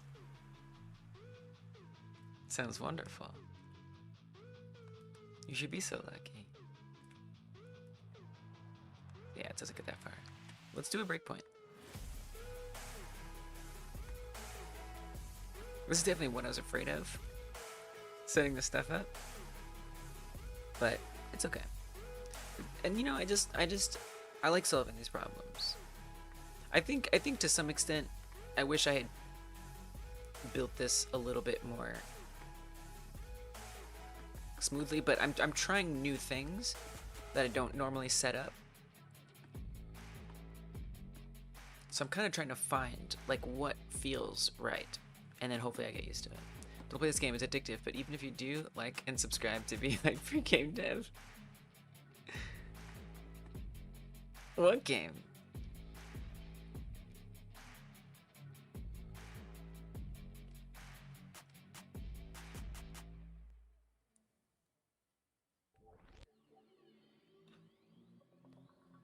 So let's put a breakpoint. Also, wouldn't it have happened the first time? It did. So the first time it detected a rigid body. Like, I think somehow it's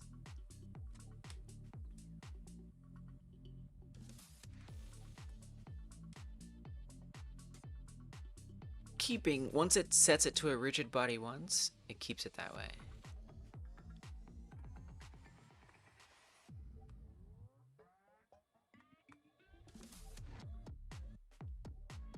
So that's all detecting the boxes, which are rigid bodies.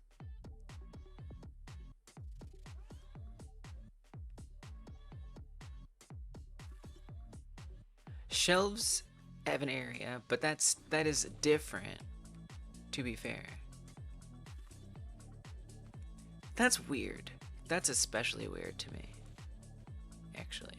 Did we add the box to the general thing? Yep, we did. Really weird. Those ads you see for the force move slop games with the portals with broccoli and burger. Yeah. I know what you're talking about. Probably not even a real game. Yeah, the way ads start out with something to try to hook you is so annoying. And it's usually really stupid.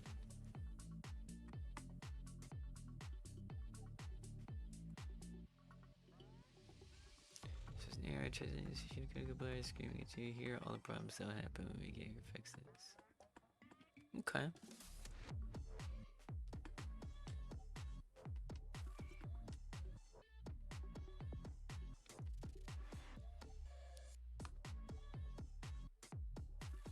So I'm gonna put the breakpoint because what ultimately pulls that in,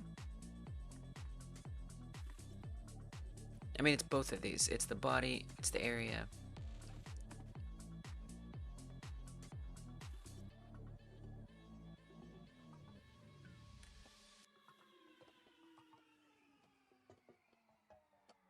You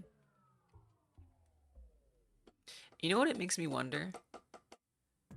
It makes me wonder if it doesn't have something to do with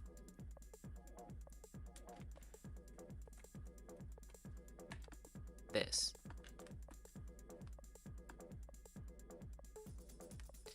If putting this combined mask makes it confused. But I don't know.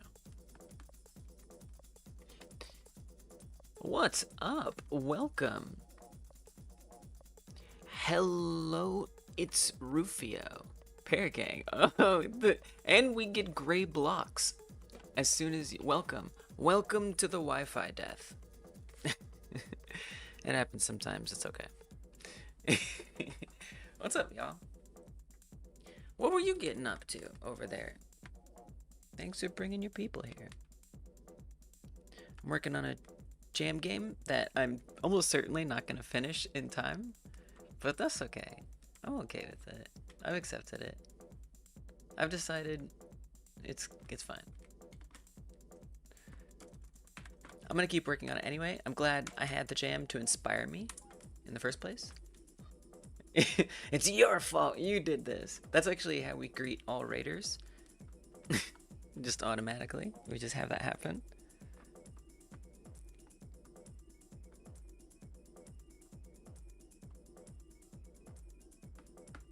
Coding challenges and talked about a conference you went to last week. Nice. Yeah, it's kind of cool, right, Curly Nair? Sausage and eggs. Those are different. Those are some different things. Sausage and eggs, coding challenges. A little bit of both. Thanks for the follow, Omar. Oh, a scout. That's pretty cool. That's smart. To scout out a streamer before you raid. We are multifaceted. Neat though. So like leet code kind of stuff. Awesome. I'll have to check out your stream. Thanks for the follow, Rufio. So yeah, I've been working on this horror game for the last month. I don't usually make horror games. I also don't usually make first-person games. But this time that is. Thanks for the follow, Lark. This time that is what I'm doing. And I overscoped it. I overscoped it bad. So it's about trying to get from one end of a warehouse so you can open that garage door, which doesn't have power. Cat's still glaring at you. So you go to the other end and you flip a switch to activate power, and then you gotta come back.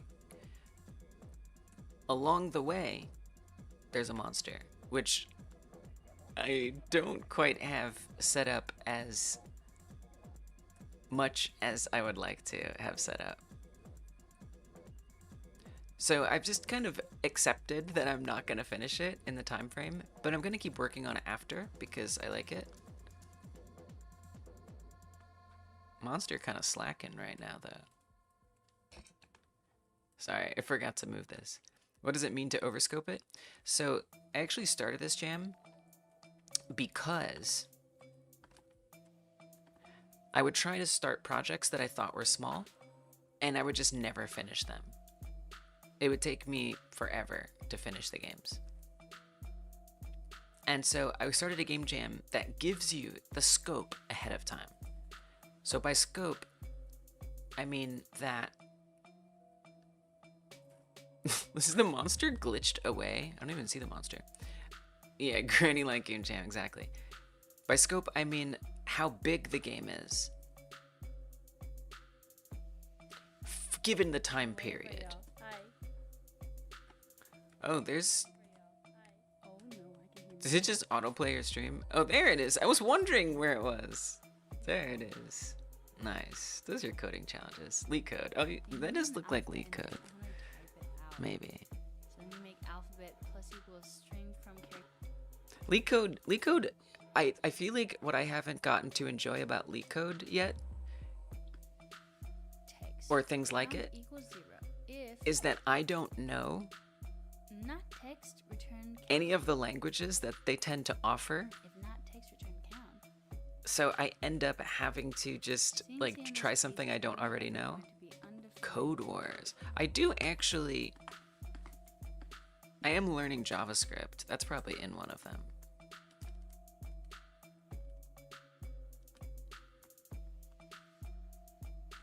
Yeah, go give... Did we give a shout out? I don't think I did. Definitely go check out Rufio. I'm going to too. Maybe I'll see you there.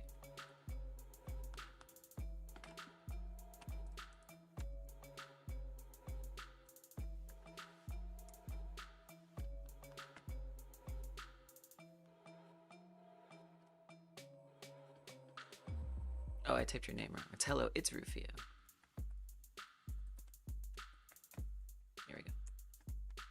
Allow JavaScript? I'm learning JavaScript. You do it in JavaScript? I'm learning JavaScript. I'm doing it on Tuesdays.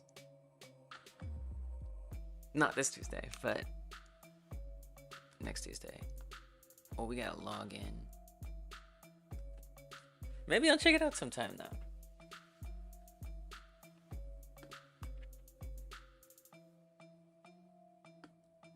Yeah, so I will be doing JavaScript streams next month. I didn't even think about that to like help me get better at it. Just do some challenges. Okay, maybe it's time. Maybe it's time I try out some of these challenges. I'm still not good at it though.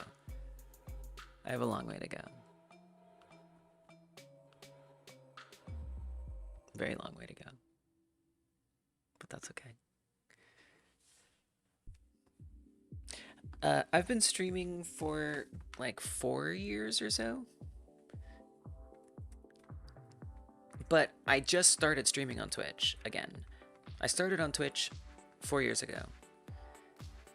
And there's the monster.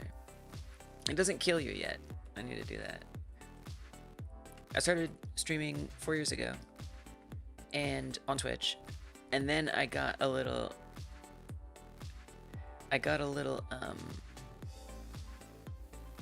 it's amazing, the monster?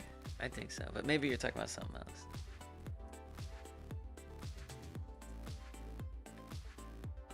But then I stopped. I stopped about 2 years ago streaming on Twitch, and I started streaming on YouTube. Oh look, the door is still geeking out back there. It's okay. Can you see it? Look at it glitching. The player can also climb shelves. Yeah. The monster too. Oh, 4 years, gotcha. So yeah, I kind of switched to YouTube and was building sort of the stream there. And then recently, don't you want the free hugs? And then recently I started streaming on Twitch again.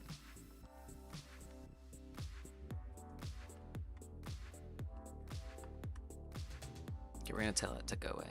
We're gonna mind its own business. Oh, right. Don't I want the free hugs? I do. Oh, so Granny like, so yeah, so this game jam that I started, this Granny like jam, what it tasks you with is making games like other games. So the first one we did was Frogger. Kind of a simple game. So in the sense, so scope-wise. Oh, you explained it? Nice, great, thank you. Scope-wise, it's a pretty small game, pretty achievable. Did we get a link too? We should do a link. Pretty achievable. We're on the 5th one. The game Granny is our focus. And I've been able to finish games for each one, which has been nice. But this is the first time I'm not gonna finish something in time. Which it just is what it is. I'm accepting it. It's okay. It's fine. I'm okay with it. So I'm gonna keep working on it. Yeah. I think it's in there now, right? Did it show up on Twitch or just YouTube? Sometimes it only goes on one. I got you. Oh, okay, there. That didn't. There you go. Bam.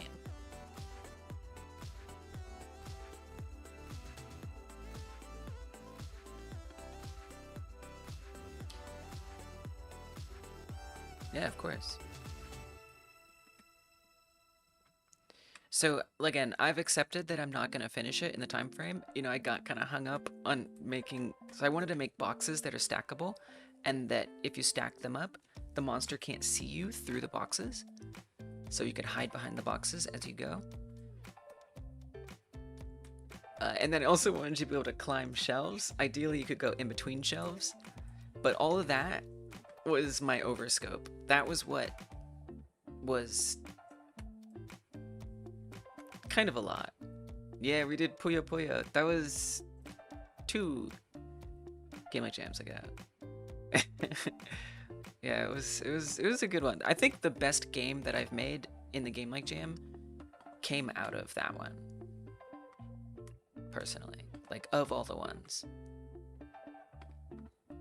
And this one was real close right up to the end. I was in a lot of danger. It looked like it wasn't gonna happen. And I only had to cut out like a little bit. Only a little bit. But I'm really proud of how it turned out. Unfortunately, I'm not gonna get this one done in time. But what I am trying to do today, I'm gonna keep working on it because I like the game that I'm working on right now a lot. What my plan is I'm gonna try to get it at least like a basic gameplay loop to some extent. And then from there, see if it's something I feel comfortable letting y'all check out. If not, I'll keep working on it. Then it'll be, at least I'll have the loop down.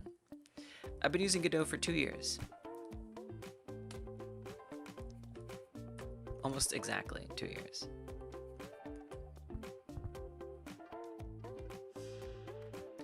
I mean, I've managed to finish all of them, although with one of them, I didn't get the audio in. With another one, I did get the audio in, but the version that got uploaded didn't have the audio. So for all of the past ones, I haven't really worked on them. I think this one is the one I'm most likely to keep working on besides this most recent one, because I think this is like a pretty fun game. And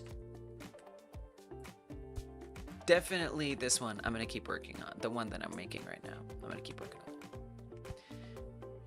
But go to the grid thing. Dev discussion. Okay, that's a place.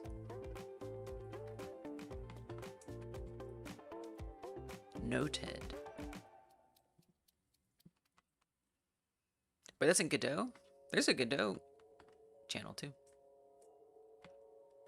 So yeah, I mean, you can see I'm kind of lackadaisical about it.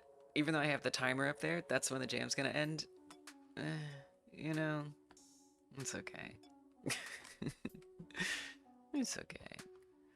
Oh, the internet do be wobbling tonight.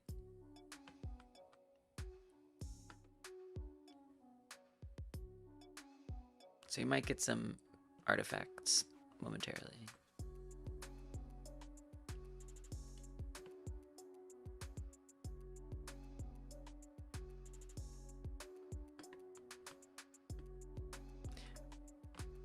But yeah, so if in the future, Godot is a good place for that kind of stuff. If it is Godot.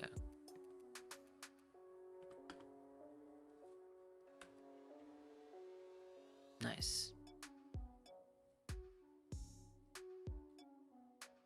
I bet that's really nice.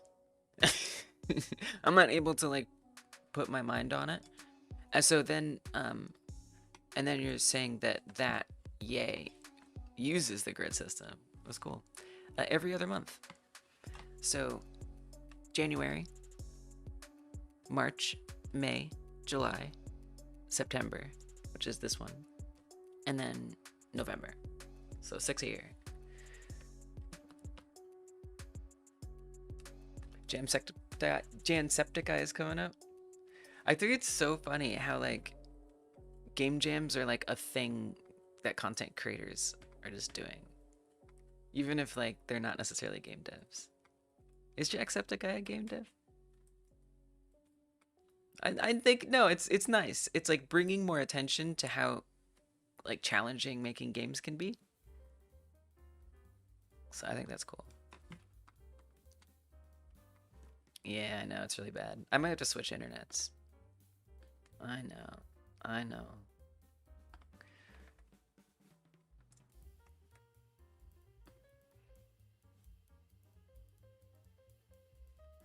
If it drops again, which it probably will, I'll swap them. Oh, it's dropping. Alright, let's swap them. Let's swap them.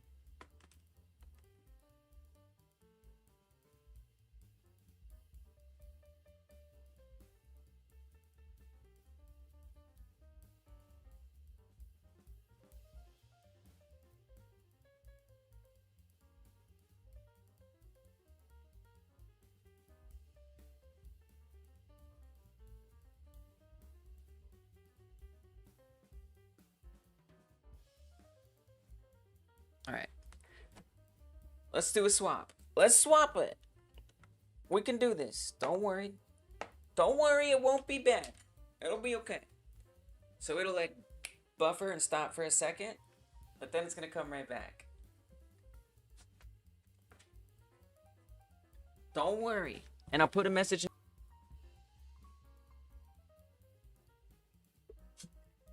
Alright, you see?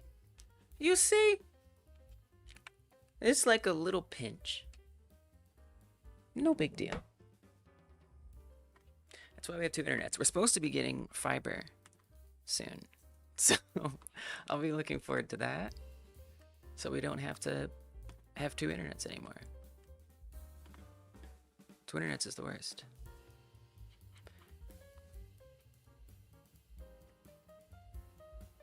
But it's okay.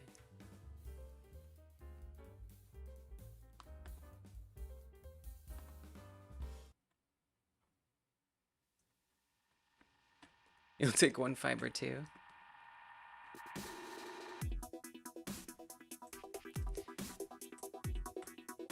It sucks because it's so good, but it's also kind of hard to come by. I've never heard anyone say that they don't like their fiber. I've just not heard it.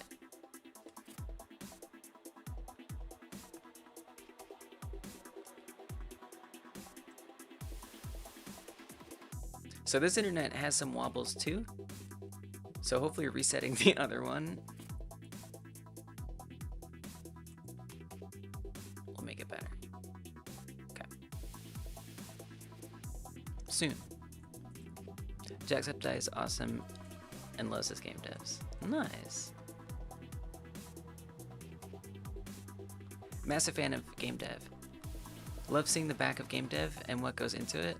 And he very much is offering to voice act in any of the games. That's really cool. For Jacksepticeye. That's awesome. Any games to ask him. That made me create a horror game. The fact that it was the jam topic. Because we don't do the jam in October. So I wanted the September one to be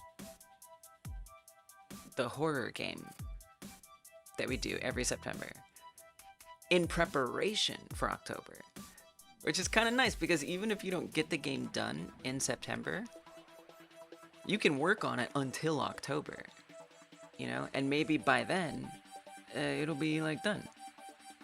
And if you do get it done in October or in November or September, oh my goodness. Yeah, we'll probably switch back. But the other one's restarting, so hopefully that'll make it better.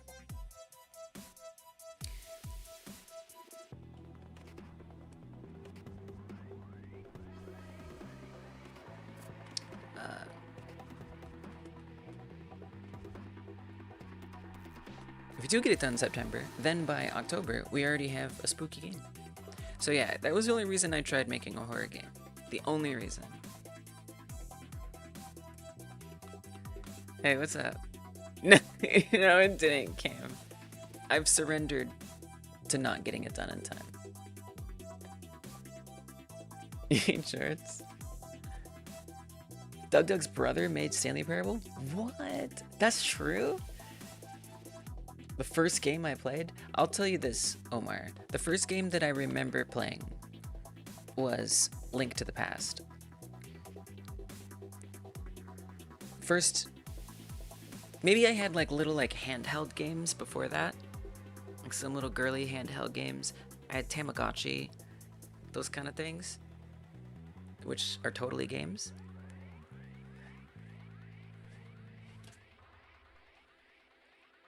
And then, just make sure we're not using the same Wi-Fi. And then the first, what feels like when I was like, wait a minute. This is a game. Yo, Tamagotchi was awesome. It was so good. We gotta do a Tamagotchi game like Jam one of these days. We must. A Tamagotchi like Jam. So those are games. But Zelda, That was on a whole other level.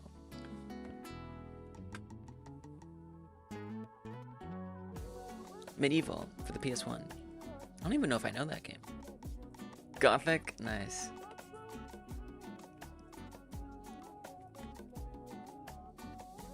Medieval. This looks awesome. Look at this art. This is really cool. See, my parents wouldn't let me have Sony because they bought into an idea that it was for adults, not for kids.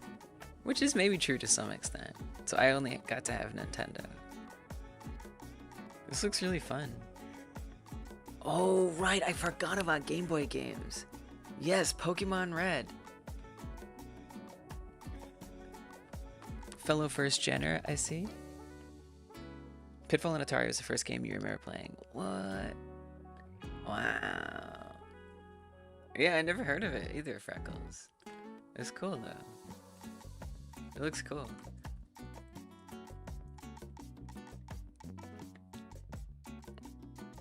That's like...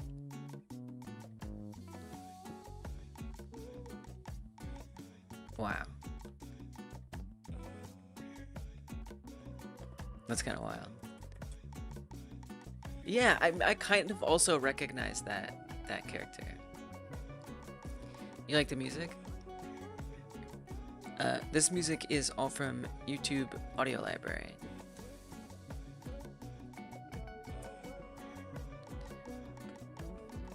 That way YouTube isn't gonna get mad at me for playing it. And I just like went through and found all the stuff. I felt like I could do game dev too. Hey, Ruggy. One day I'll have like a playlist y'all can request from. That's why I'm learning JavaScript, so I can do fun things. A Pokemon like? Yeah, that's a little too risky. Hell no. Off limits. Adventure? That's such a specific... That seems like such a... Or that's a general name. There's a game called Adventure? Oh, it's because it was like... It was like... the original game called Adventure. Oh wait, I've seen this. I think I have played this. Like on an emulator.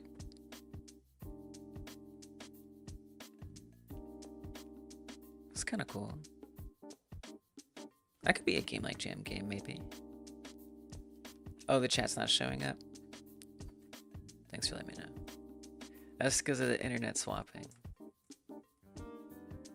It doesn't like it when I do that. Not one bit. Fiber's coming. We're gonna get fiber. Most days are good. Sometimes it's days like this.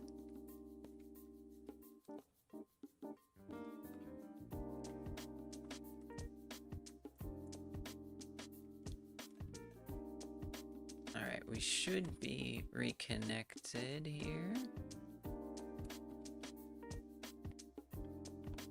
Maybe. Maybe not.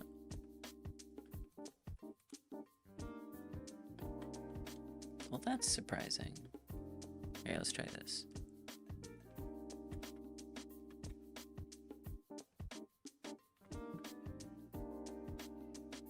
Make it slightly hard to make a Pokemon like with the #1 feature Pokemon patented. Yeah, exactly. There it is. Now it's back.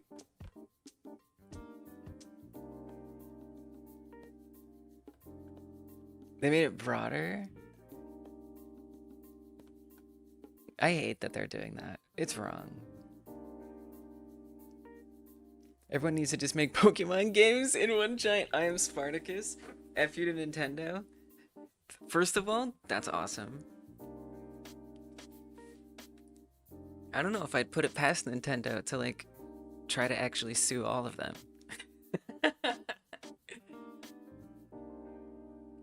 It has to be big, like 1 million. It's actually a really fun idea. I love that rig. There are games that are Pokemon likes that we could use as the like. That's true. Totally. Crash Bandicoot 2 is your first game. I don't look. I kind of am jealous of the Sony, the kids who got Sony games. Maybe it was just the grass is greener. Oh, Cam, you have a Atari Plug and Play? That's nice. Those plug and plays are fun.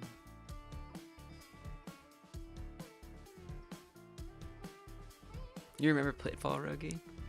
Collection, yeah, right. I've come across a lot of those games in like little bundles, for sure.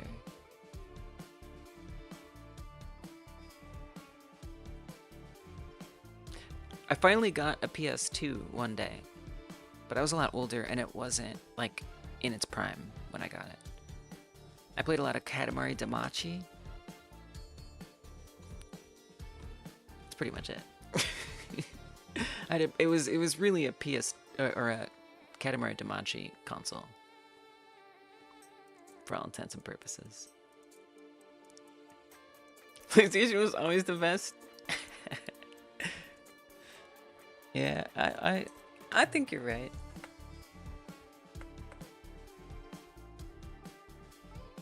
There's just more variety. There's more there. And I think that makes it better. Use the word monster in the patent. You could argue this isn't a monster. Yeah, but if anyone's taking me to court, I'm done for. Like I can't afford to argue. It costs money. I would just be like, okay, I'm taking it down. I'm taking it down. Never mind. I'm sorry. Jeez. I don't have a lawyer.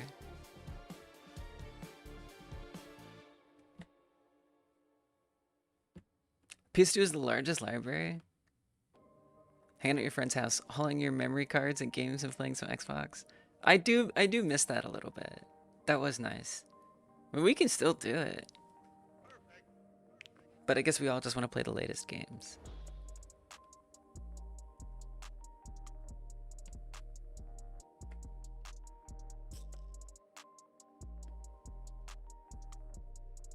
Oh yeah, the big PS3. That's the one. That's the PS. I did get that PS3. I don't think I have it anymore though.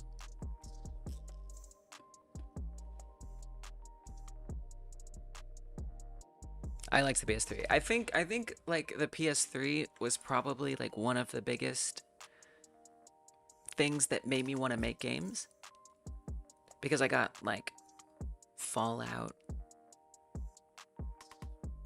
and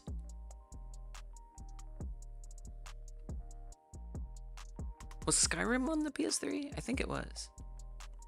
And those games really just blew my mind. Like I had no idea that it was even possible to make games like that. Which I think is part of the reason why I'm being precious with this project. Because even though it's not third person, or you're not switching between first person and third person. I like to think that I'm building systems that once I move, it wasn't a PS3, yeah. Once I move to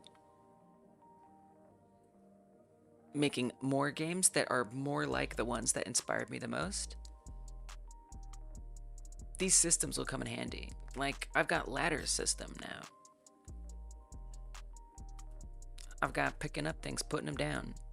We got the first person controller. It's stuff that I care to do well, so I'm setting myself up to do these things better in the future. So like that timer, yeah, like I'm not gonna get it done. I'm not gonna get it done. That's just okay. It just has to be okay. PS4 is okay, but the way it just completely broke all backwards compatibility, yeah, it's fair. That is fair. Athena Env lets you port your JavaScript games to PS2. What? That's cool. Skyrim was on everything. Yeah, it makes sense. Latam PS1 was so much popular for the fact it was easy to pirate games. Since there have never been strict regulations on this. Even today, it's still easy. What's LATAM PS1? Yeah, PC is the biggest library, Eric. Totally, 100%. 100%. PC is the biggest library. Wait, let me put it up.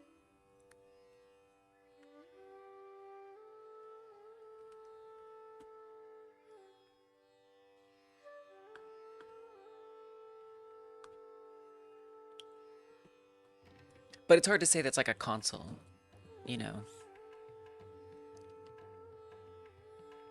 It's just a machine. You even tried learning JavaScript? Yeah, do it. LATAM is Latino America. Oh. LATAM. Nice. I like that. Depends what you like. Xbox was huge for FPS. That's true. And then coming out with online for competitive games. PlayStation always had way more RPGs. Wow. Yeah, I mean, with that context, right? Like Gears of War, Halo. With that context, it makes sense. I'm actually glad that I went the PlayStation route. Eventually.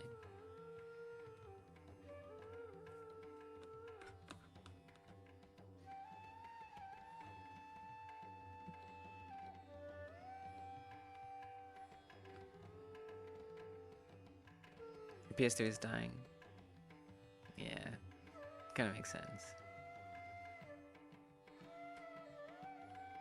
It's hard to beat PC when consoles don't even have their own old games. Yeah.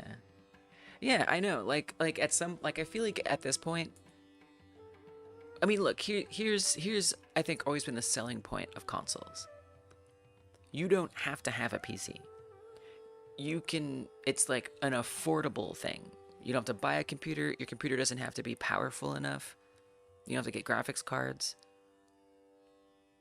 All that.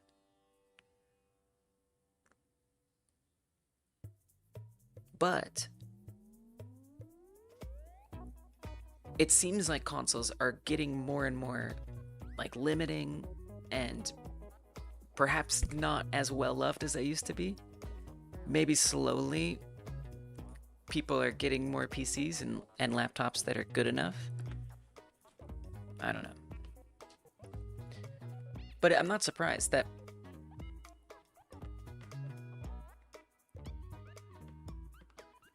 what I perceive as consoles becoming less popular, like I'm not surprised that that's happening, because yeah, it's just like, it's like games on PC but worse. Except you do get to not have to worry about upgrading your hardware. There was Diablo 2, which was the rest of your life during those times. I really liked like Age of Mythology. That game was cool. I don't know if that's, I guess Diablo isn't an RTS. It's like an action RPG. I don't think I played a lot of action RPGs. I do watch my spouse play Baldur's Gate though.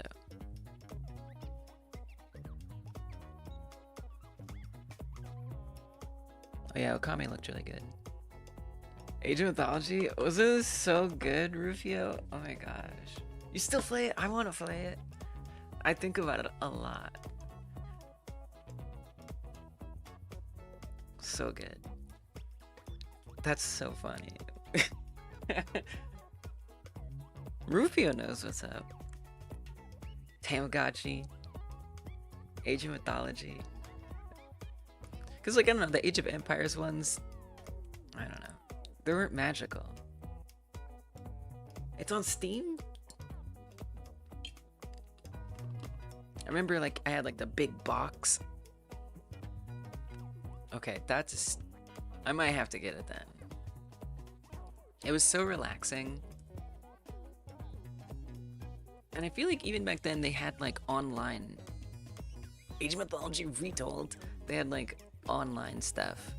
And I played, like, one online game, and I was like, nope, I'm never doing that again. It was because I could I kind of feel like it was a cozy game almost, depending on how you play it. But playing against other people online, nah, it was not cozy. This goes hard. This goes really hard. I was kind of hoping for gameplay, but it's like, no. Pharaoh and Cleopatra in the last few years. Is that a different game?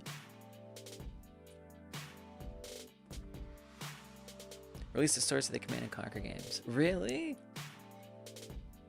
I never played those, but I watched my friends play them as a kid. Civilization, Frostpunk. Civilization never hooked me. I don't know why. There's something about it. I don't know what Frostpunk is, though. Cleopatra. Pharaoh plus Cleopatra. Wow. That looks just like Age of Mythology, except like different. Same like building shapes. I love that it's not trying to like sell itself either. This looks pretty chill.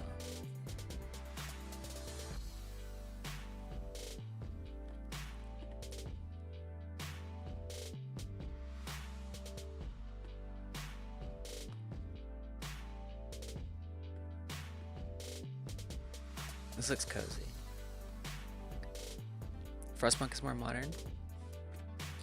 I should probably be wishlisting these things, so I remember.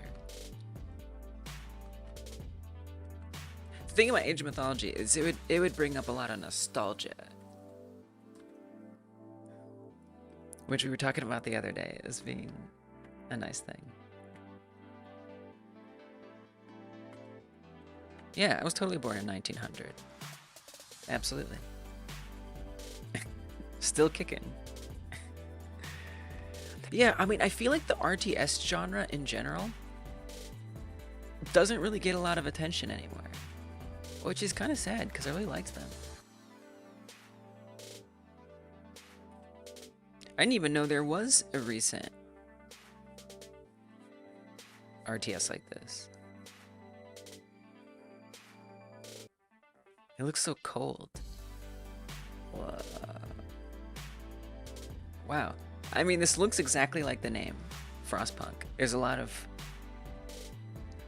cold things and steampunkery. Appropriate. Your bones. Grab your fake teeth. Golang. Oh, yeah. That seems like something that I've heard people talk about.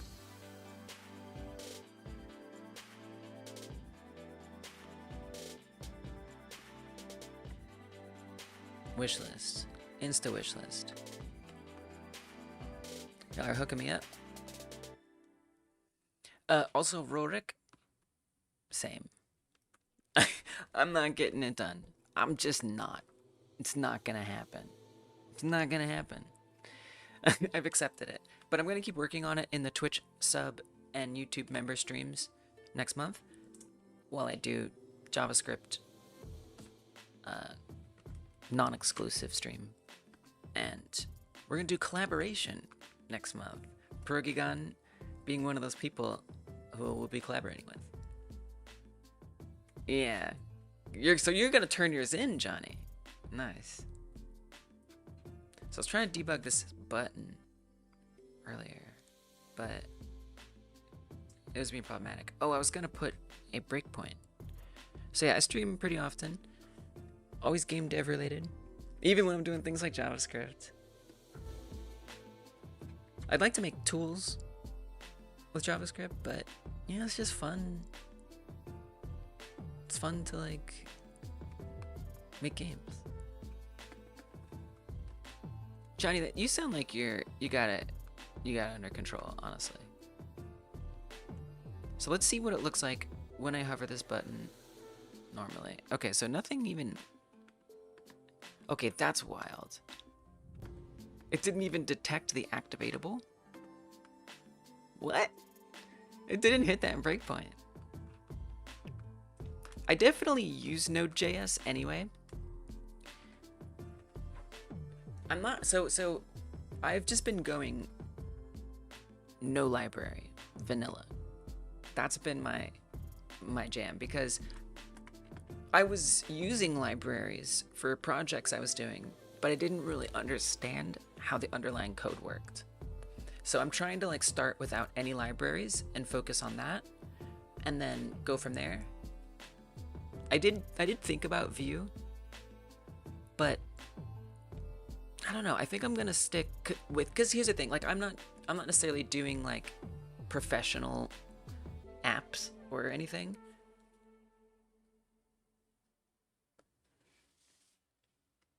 So I'll probably stick with like generic vanilla, but TypeScript. Okay, I will say TypeScript I am interested in, because in GDScript I'm always static typing everything. I love static typing. It just helps me understand what's going on a lot better. And trying to switch to JavaScript where it doesn't have static typing, it's stressing me out. It's stressing me out so much. Static typing is this right here. So here, where we say that this variable is a Boolean, this would be untyped. Now, GDScript also has this inference, so if I put a colon here, it'll infer the type. This doesn't always work for every variable, and it doesn't give you the same level of error checking and auto-completion that this will do. Plus, I just find this is a lot more readable, so I can remind myself, oh yeah, that's a float. That's going to be a vector 3. That's going to be a Boolean. So I really like static typing. I think in like languages, if you're using like C# and stuff, it's already mandatory in those languages. But in languages like this, and JavaScript too, well actually, I feel like JavaScript, it doesn't, like you can't even type it if you wanted to. But at least this gives you the option to go one way or the other. So yeah, I'll probably, so I'm gonna start with JavaScript. I'm gonna finish this one project in JavaScript, and I think the next thing that I'm going to do is TypeScript. Although I've heard, I don't know, hopefully it's not frustrating, but like, I don't know, maybe it has like extra stuff than JavaScript does, but as I understand it, oh, ignore that. That is old. I am very embarrassed by that. I am not pleased that that's up there right now. That is, remember how I said I started streaming 4 years ago and I was on Twitch and then I left and went to YouTube, came back to Twitch? That's from 4 years ago. But I just haven't deactivated the bot. And so when I started streaming on Twitch again, it still just like pops up and says those things. I would never put something like that again. So you'll forgive me for that. I hope. I mean, it's not that it's not true, but it's still it's a little much. Wish you could do float. Yeah, it's just, I mean, it's just too much. It's doing too much. Yeah, that harassment message. I'm not saying I don't like stand by what it says, but it's just kind of putting a lot in there. It's old. Yeah, reminders of growth. Yeah, yeah. Echoes of non-growth, but I have a huge list of things I need to do. Among them is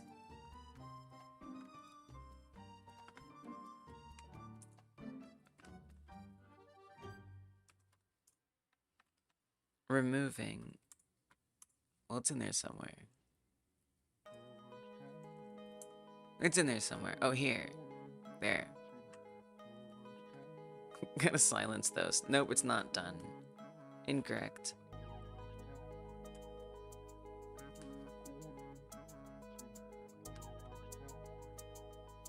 You like forced static typing? Yeah, yeah, yeah. That's something that I think I would like about TypeScript, or sorry, C#. I think I would like that a lot. So I think part of the problem here is that it's not actually detecting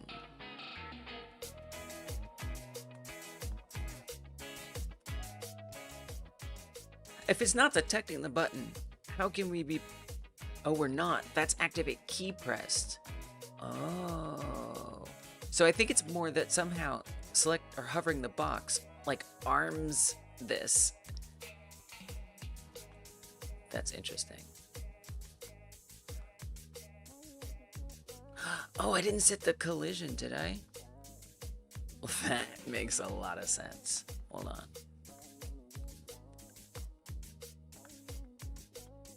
Oh, I gave it its own general activatable. Oh, no man. Arrow void or arrow int is so annoying. Oh, I like seeing what it returns.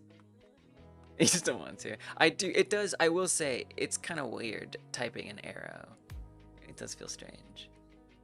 Anything specific I want to make with JavaScript? Yeah, for sure. Godot's export to web features wouldn't do.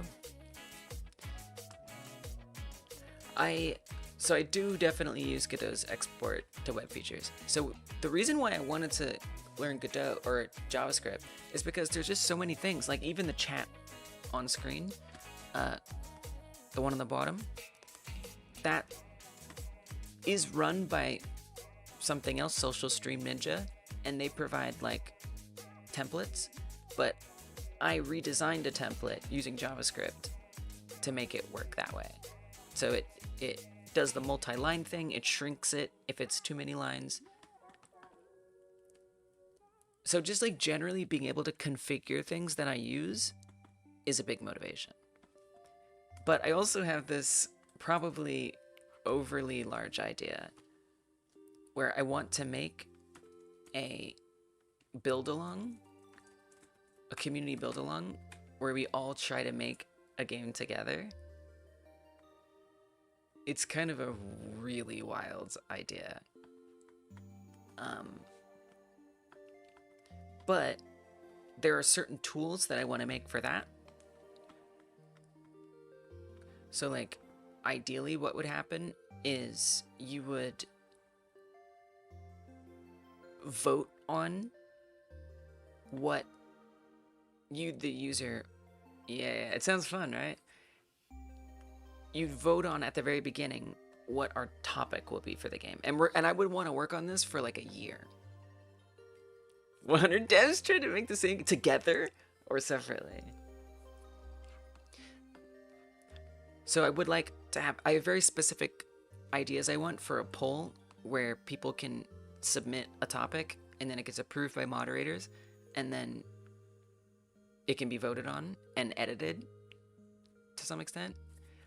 So different tools to like manage that is something I really want. So it started out with the theme, which we'd vote on, and the winner of that theme, or the theme that wins, would become a game jam. So there'd be a prototype jam where we'd all make games that are prototypes based on that theme. And then the winner of that jam will make that game as a community, is the idea. Coffee Stained, welcome back.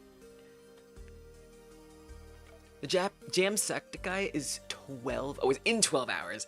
I thought you were saying it's 12 hours. DeWitt. A DeWitt. It sounds like something. So like I've done already some setup, and this was using JavaScript, but again, I got a lot of it from the internet. I mean, it uses YAML, but within that is JavaScript. So if I just type some random, oh well, here we'll say it's Darth Sidious. We're just gonna say Darth Sidious. I don't know what that means, but I'm typing it in. So the way it would try to be managed to some extent is every contribution anyone wants to make, they have to open an issue to propose something and explain how it fits, or propose a change or something like that. And so I made this bot in here. No, I don't. I never really got into Star Wars. I never really did. I'm sorry. I know. I'm a bad nerd.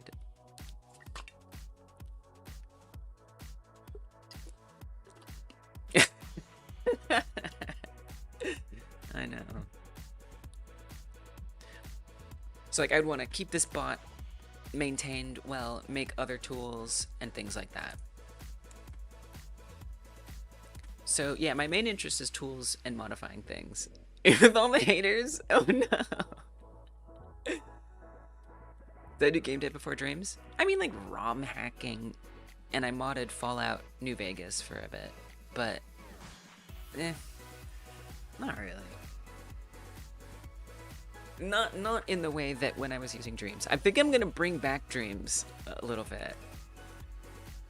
Cause you know what I realized? I realized Dreams is good for procedural music. You know, I love the music that we have, but I think it would be interesting to make generative procedural music in Dreams, and then like pull it up and like adjust it a little bit. I think that'd be a lot of fun. So Dreams might actually come back on stream soon. Thanks for the follow, Rig. In New Vegas, okay. So no. So I do know like some of the memes though. Rig, got it. I originally was trying to do like dramatic writing, playwriting, and television writing. So screenwriting, all that kind of stuff. I studied it. I was all in. I was gonna move to Los Angeles, chase the dream. But I started to get really frustrated. I have like a little aphantasia, so I can't see images in my mind well. I also have ADHD, very much, if that's not obvious. And so writing, it was very frustrating to me. I don't know, because you know, it's just like if I write some dialogue, Darth Sidious, I'm smell it. Darth Sidious, I'm going to the store. Jamie, that's really cool. There was no way for me to like see what this dialogue was gonna sound like or hear it from actors immediately. The same actors that will be the end result. I would just have to remember how everything fit together. You're welcome, Cascadesy. And I was just really frustrated that I couldn't get like feedback about what I was making. So I started looking into, because I was already playing Fallout. And so I started modding my dialogue that I was writing into Fallout. So that way I could just have some way to take in the dialogue. Sure, it's not the final end result, but at least I could hear some degree of flow and watch it and have the characters move around and stuff. It's kind of using it like 3D RenPy or something. But you know what? I was like, wait, game dev is amazing, because instead of having to do all that with game dev, if I make a change in the code, I can just press the play button and see exactly what happened. And that was it. I was like, this is the way, this is what I want to do. I want to be able to like write and code and immediately get results. I like writing too. I do like writing. Oh, we finally hit the breakpoint. Well, yes, for the boxes, of course. Well, I guess that's worth looking into too. Machinima. I always forget what that means. Machinima. I do. I'm sorry. Closest approach to playing sci-fi stuff is playing Mass Effect. I watch my spouse play Mass Effect. It's nice. You dropped your fidget toy and scared your cat.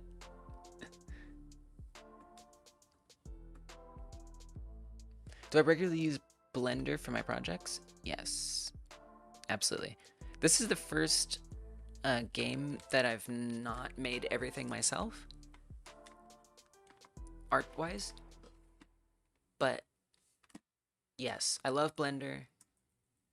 It's super fun. So this I got from an asset pack. First time I use an asset pack. The only thing I made myself for this game was the monster.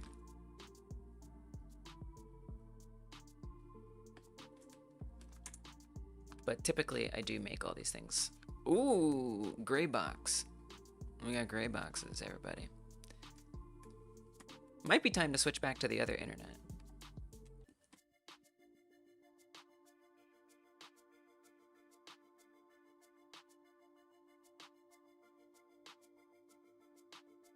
Let's just switch. It'll be fine, don't worry. Don't worry, it'll be like a pinch.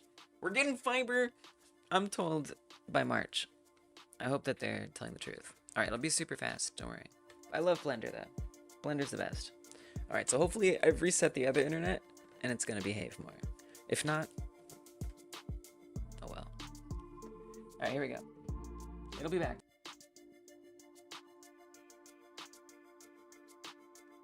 You see?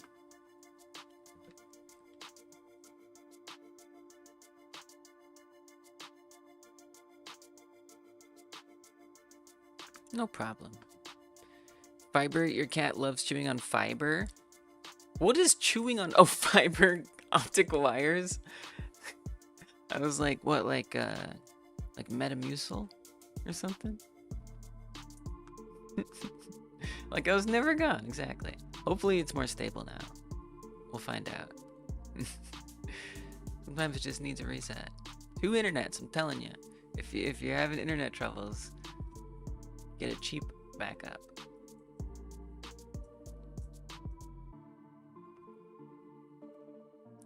Hopefully the chat isn't broken again. But if it is, we'll deal. Looks good. Nice.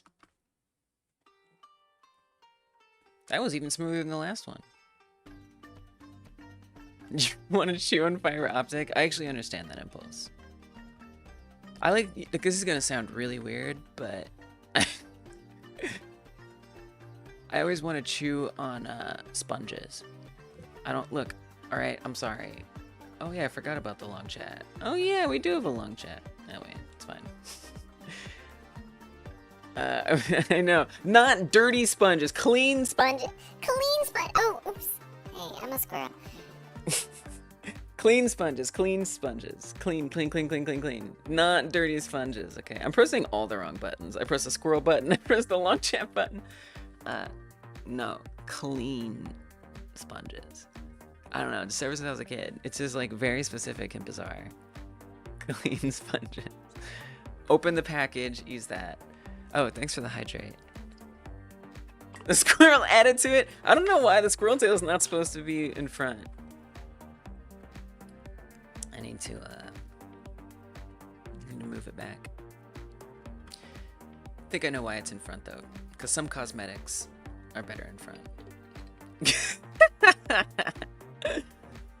Clean that taste of dirty sponges out your mouth. The sponge being clean isn't better. Okay, yeah, I can't help you then. I can't help you then. Yeah, exactly. Coffee. That's exactly where it came from. There's someone talking about being distractible and chasing a squirrel. I don't know if it's like an avatar that, but it's like it represents being distracted. Let me put that tail behind though. It's kind of disturbing with it in front. It like just ain't right.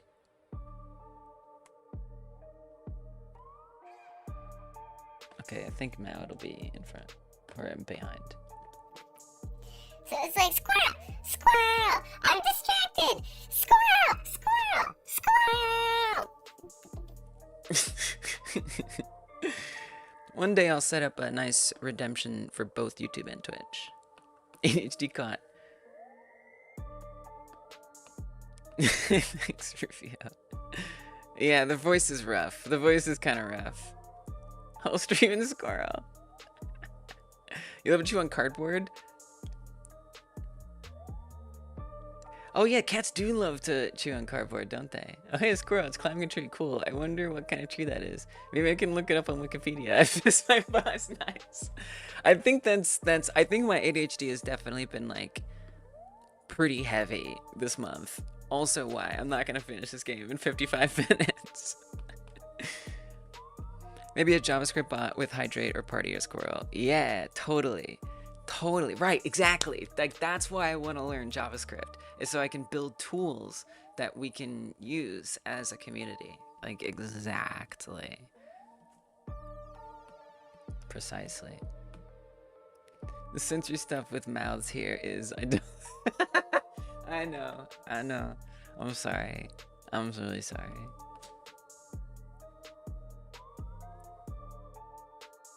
Whole stream in squirrel?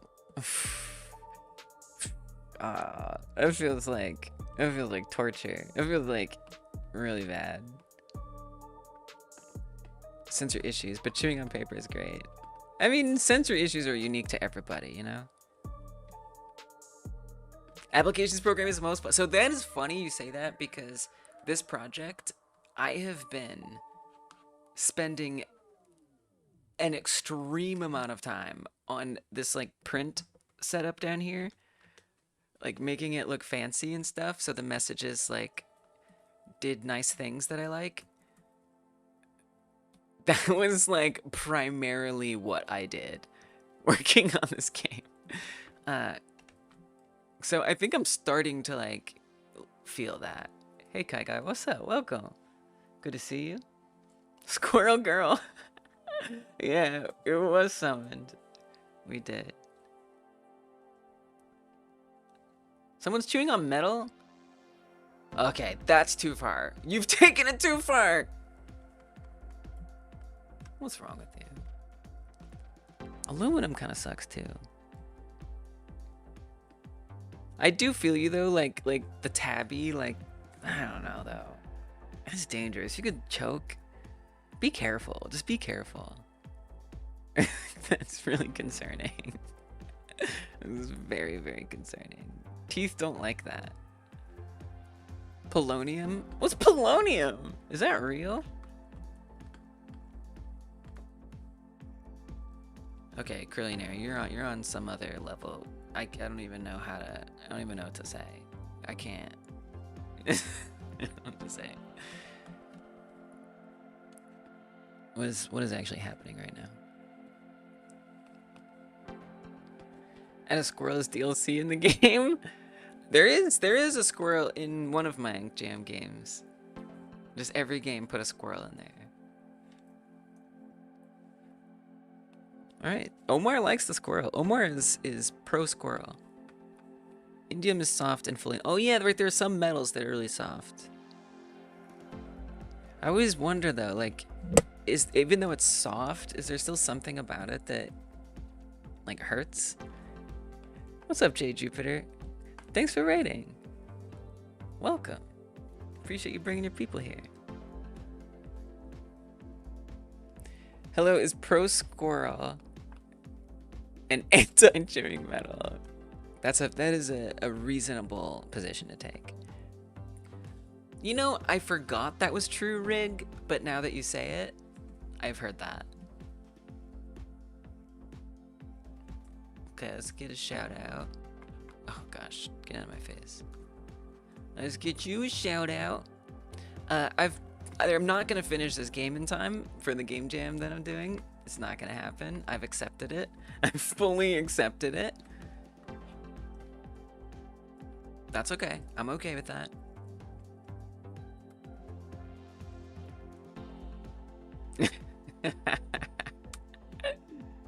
Oh man, how did this happen? How did this happen? I don't know.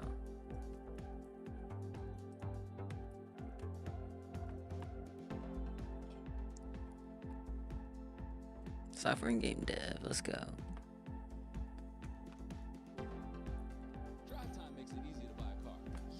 Boo! Twitch ads. What are you gonna do? It's not the direction, but it's where it needed to go. Look, I gave up on this game getting finished yesterday in time for the jam. I'm gonna keep working on this game outside the jam though. I am. So honestly, you're just giving me the chance to not worry, to not feel more pressure. So I appreciate it. What you coding? We're in Visual Studio? I'm sorry if I'm wrong. Oh wait, this is who you're... Oh, this is someone else. I see. That's not you. Twitch be confusing me like that. Well, whatever you're getting up to. Oh, there it is. Phew. I was like, come on, show me stuff. Let me see what's happening here.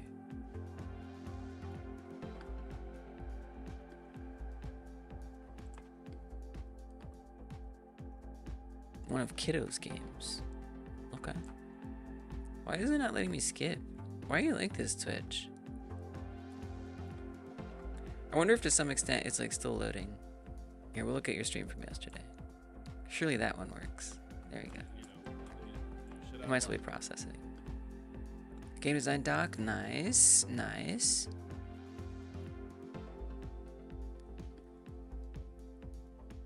What do you use to develop stuff?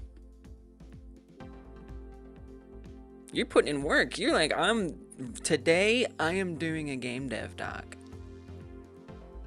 That is my, oh, you use Godot. Nice.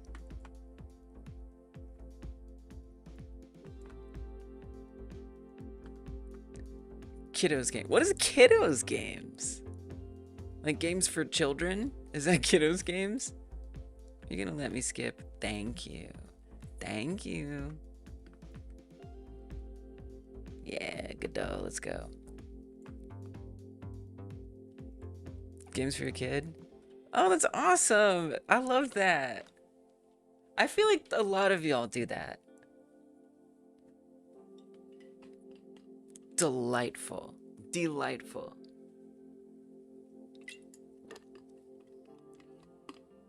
How old, did you say, okay, kid? I was like, is it plural or singular? How old is your kid? Like, what kind of, like, you know, if your kid's like 14 or something, right? They probably play all kinds of games. But like, maybe you're talking like baby.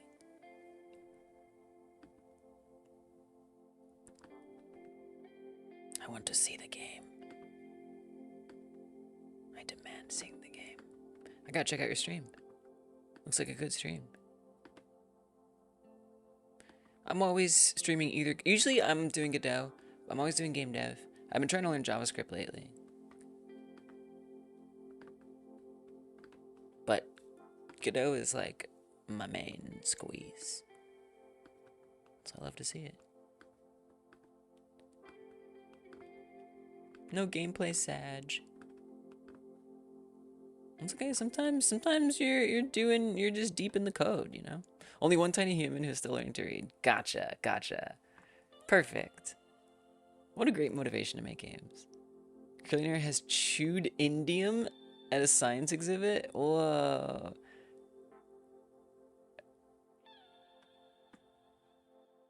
Yeah, as an ADHD kid, you started biting metal cans and went, wow, that's fun. All right.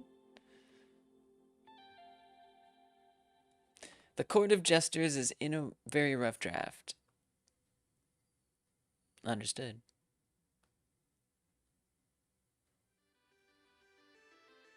Is it a hobby? Survive Escape. Whoa. Squirrels wouldn't be good for Survive Escape because they're incapable of taking fall damage. Oh, there's the game. Hey, I saw a little robot. I saw a little robot.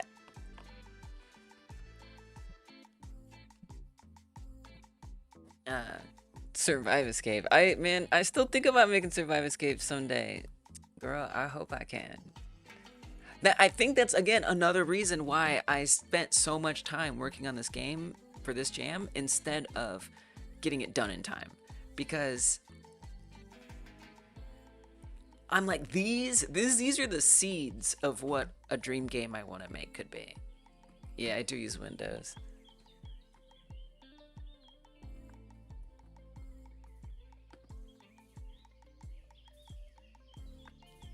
Upload it on itch. Delightful. Let us know when you do. I'd love to try it out.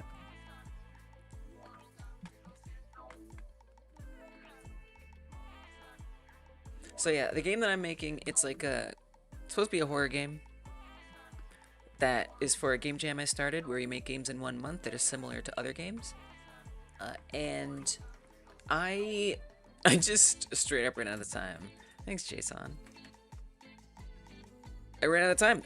We've done, this is the 5th one, and the last 4 I managed to get games done, but this is the first one I haven't. And I think I just kind of came up with a lot of ideas, like climbing and picking up boxes. And it just kind of got a little out of hand with that stuff. It was like kind of complicated to get it all set up, as you might expect, so they work in tandem nicely. But I learned a lot. 4 to 5, it's not a bad ratio. I agree. So a monster is supposed to be sensing you, and if they do sense you, they come after you. Technically, the monster still doesn't kill you, so that would have been nice to get implemented. But oh, so also setting up the monster climbing the shelves. But I'm gonna keep working on this because I just think that this game, it's working on systems that, again, I care about. So I really do want to finish this, and I will. But it's not gonna be in 43 minutes. It's just not. Every jam, your game has to be based on a food of some kind, and the theme is random food. Do it! Food jam. If you had a chance to collaborate with a game company, which one would it be? I have no idea. I don't even know the answer to that. Sega?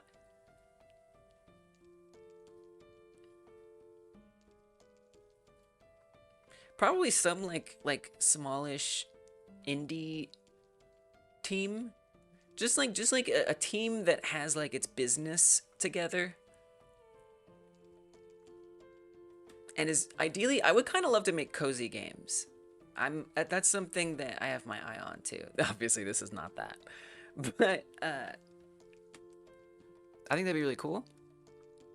So I think like I would Sock Pop. I would love to work with Sock Pop Collective. That would be awesome. They make games like I think they try to make games every month, but it's like loose, right? They're not like super fitting the deadlines.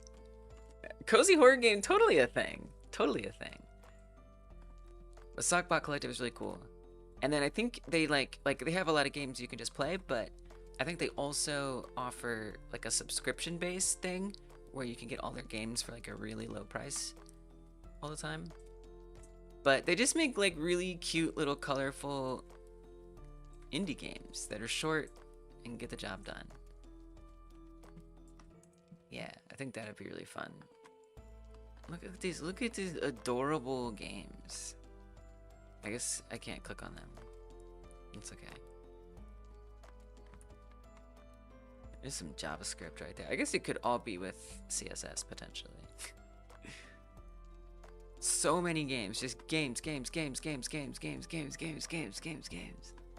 Never ending list. I love this. I love games that aren't necessarily trying to be too realistic, that are just like fun and quirky. Yeah. Valve. Nice. I like how I didn't give like a dream collab answer. Honestly, I would never want to work in like corporate game dev. I wouldn't want to do it. I don't think I'm built for it. You get a game and you get a game and you get a game. Exactly. So many games. Everyone gets a game with Sock Pop. How do they sense, like a field of view? Or is it velocity and noise? Yeah, both. Both. So the game that we're basing this on is Granny. which came out in 2017, and it as well does field of view and audio. I was kind of excited to start working on that, to be honest, like trying to figure out how the audio will be like heard, which obviously it wouldn't be literally, but to come up with some way to do it. So yeah, in this game there's like this murderous grandmother who's trapped you in this house and you have to try to escape it. And if you like knock over something or hit a crack in the floor, it'll make noise and she'll be alerted. And then if she sees you, that'll also alert her. So it would be both. I didn't get it done. I'll definitely keep you all updated about how it's going though. I'll do my best.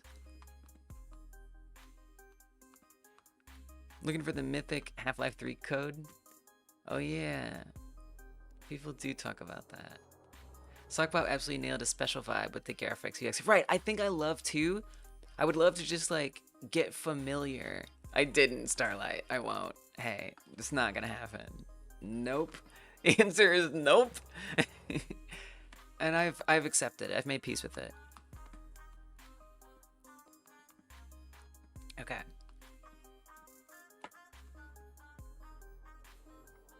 Let's see what is happening. So it goes to the debug. We tend to hit the error right here. Detected here is a... Yeah, I'm definitely going to keep working on it. There's no doubt. I'm going to do it in the member and Twitch sub streams. I know, Starlight. It sucks. But I've made peace with it because part of what slowed me down is just taking my time to build the systems in a modular and scalable way. And I want to learn how to make games like this that way. So the next one, I'm definitely gonna jam it out and get it done. I'm picking a game that's harder to overscope for the next one. The only game that ever scared you too much to play it when you were a kid was SCP Containment Breach. Understandable. You can play it till you're like 20. Yeah, okay, I'll definitely be working on it. Undoubtedly. So it's a rigid body, which makes sense. Yes, of course, that's what it is. Oh, it also has this. Oh, it has a boxes layer. That's fine. Interesting that it also has these masks on it. Well, it's a rigid body, right? It needs to collide with things. So that makes sense. Which do I think is more possible? To know what One Piece is or to see Half-Life 3 gameplay? I've had a lot of y'all explain One Piece to me. Is that like referring to something specific within the lore? Or are you just literally saying knowing what One Piece is? Picking a game that's harder to overscope, is that a challenge? Yes. It is a challenge. Are you saying, am I challenging you? I mean, I'm always down to hear y'all's suggestions. The last 2 Game Like Jam games were suggested by actually the same person from chat.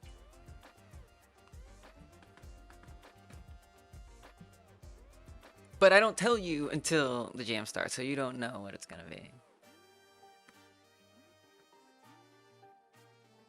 I mean, everything looks fine. Type 0 entered on. Okay, so it goes through the match. It sees that it's inactivatable. I'm just gonna see all the steps it goes through.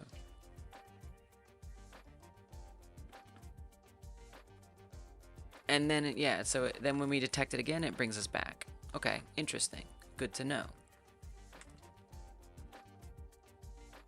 So this is a little tricky because the only way apparently I can get it to detect the button is if I first detect the box. So I'll try to come in here and add the breakpoint and then go over there. Nice. Okay. Why don't you like this? So we haven't even hit the error yet, which is interesting. Well, because we're on the print. The object is an area. It's on a unique collision layer 8. Remind me what the box is on again. Your concept for your granny like that you didn't make was an homage spoof of The Grinch Who Stole Christmas? Whoa. How much do I use signals?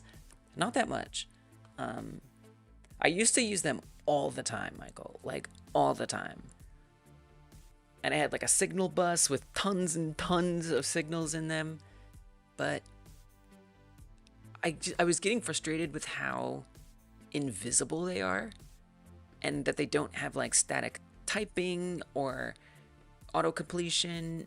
I found that they were hard to track down. So at this point, I do use signals that are built into nodes. Or like, you know, timeout, things like that. I'll set up as signals. But in terms of like creating custom signals, I don't really do it anymore. So, but one of y'all taught me something, which is a singleton pattern. So what I do now is I create static variables, and this has completely replaced signals for me. So it's a static variable reference to the class.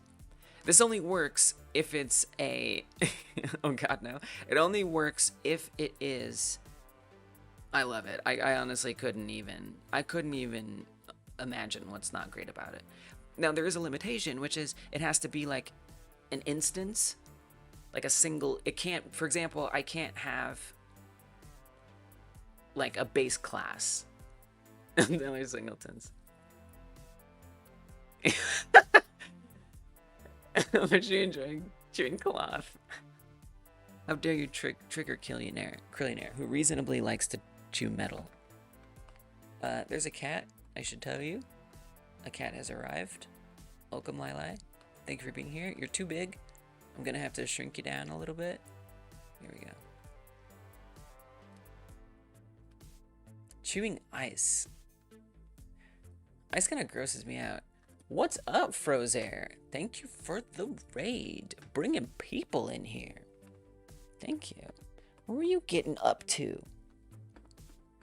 So I love the singleton pattern because, and then the other, so that's step one, is making sure it's a class name, creating a static variable, and referencing itself. Then we use an init function to set it to itself. Yeah, thank you, Froze. I'll check out what you're up to. Thanks for bringing your people here. And this, so like, for example, anywhere else, as long as that they have to be in the same scene. That's very important. So it can't find it. Well, when I say in the same scene, like in the scene tree, I should say. The same scene tree. So if I try to change to another scene, I can't go find it. But I don't really do that, so it doesn't bother me. So then, over here what I can do is type in player.ref, and not only, and this is what signals could never do, not only can I find everything that's on there, but it gives me auto-completion. So I can literally look through all of the functions, all of the variables that are public, and just use them right any place. I can update them, I can fetch them, and it's got full auto-completion. So for me, that just like, that was it. It was game over for me with custom signals. But they're powerful and they're cool. All right, Frozair. Was that a 0? It's fully a 0. Slimeborg. We are the raid target today. It is super raidy today. Oh my goodness. Thank you for also bringing your people here. We just got another raid that I was giving some love to. Follow this document. Oh. I think I'm leaning more towards that route. But then how? Yeah, yes. What was Frozair making? cat sold it. The cat is everything. I know. Sometimes I feel like, am I exploiting these cats? The cat's definitely sold it. We're lucky. They're not always here. So I'm glad. Glad it worked out. Did my 10 push-ups. What if I told you I just needed an excuse to do them by now? Yeah, it's a lot of people. It's good. Okay, so what was Frozer making? For real though. Let me go ahead and Appropriate cat exploitation? A KMP app for Twitch. Do I know what a KMP app is? I don't know if I do. Thanks for the follow, Slideborg. Kotlin. Reduce time spent writing and maintaining the same code for different platforms. Nice. JetBrains. Gotcha. Oh, I see. Kotlin multi-platform. I'm still kind of new to... So I started using GDScript and Godot 2 years ago. And that was the first time I ever was doing text coding. Before that, I was like visual scripting, Unreal, and stuff like that. But... I like your lights in the background. And the sunglasses. Very nice. But now I'm trying to learn JavaScript and branch out more to like app and web stuff, which is obviously a very big space. So there's a lot of new things I'm learning about. People can say, oh God, when singletons come up, but the scope of the project where that could cause a problem is very large. Right, exactly. Make a project big enough to have a problem, it'll be great. Yeah. Completely agree. She's a little fat. That shows Twitch clips. Nice. Yeah, tools are really interesting to me, especially for like streaming tools, right? Because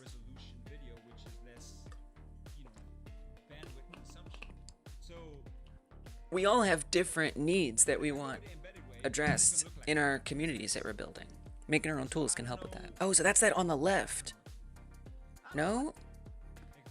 I guess that's just Twitch. Interesting.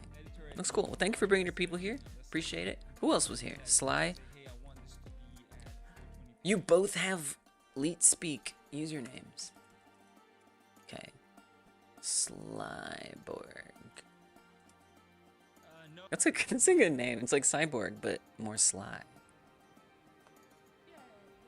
Doing game dev? We doing game dev over here.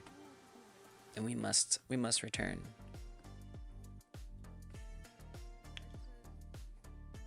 Whoa. Whoa, what is this?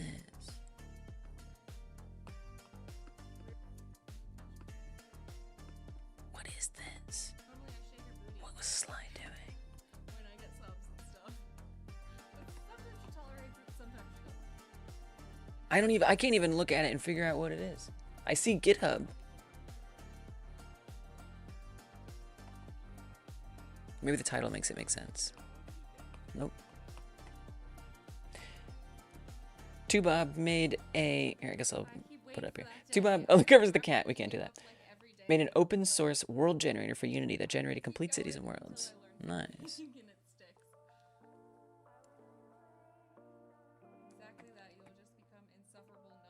Well, I'm not sure I understand what's happening here. Something that is connecting to a server. Nice. This is way above my level. Impressive. Cool. Alright. Capturing some flags. Looks like hacking. Exploits? Is that real? VAI exploits? So like security stuff. Like white hat security stuff? Did I say that right? Oh, via exploits. Gotcha. I see. Capturing flags via exports. That's hardcore. That's really cool. I see a shell script that I recognize.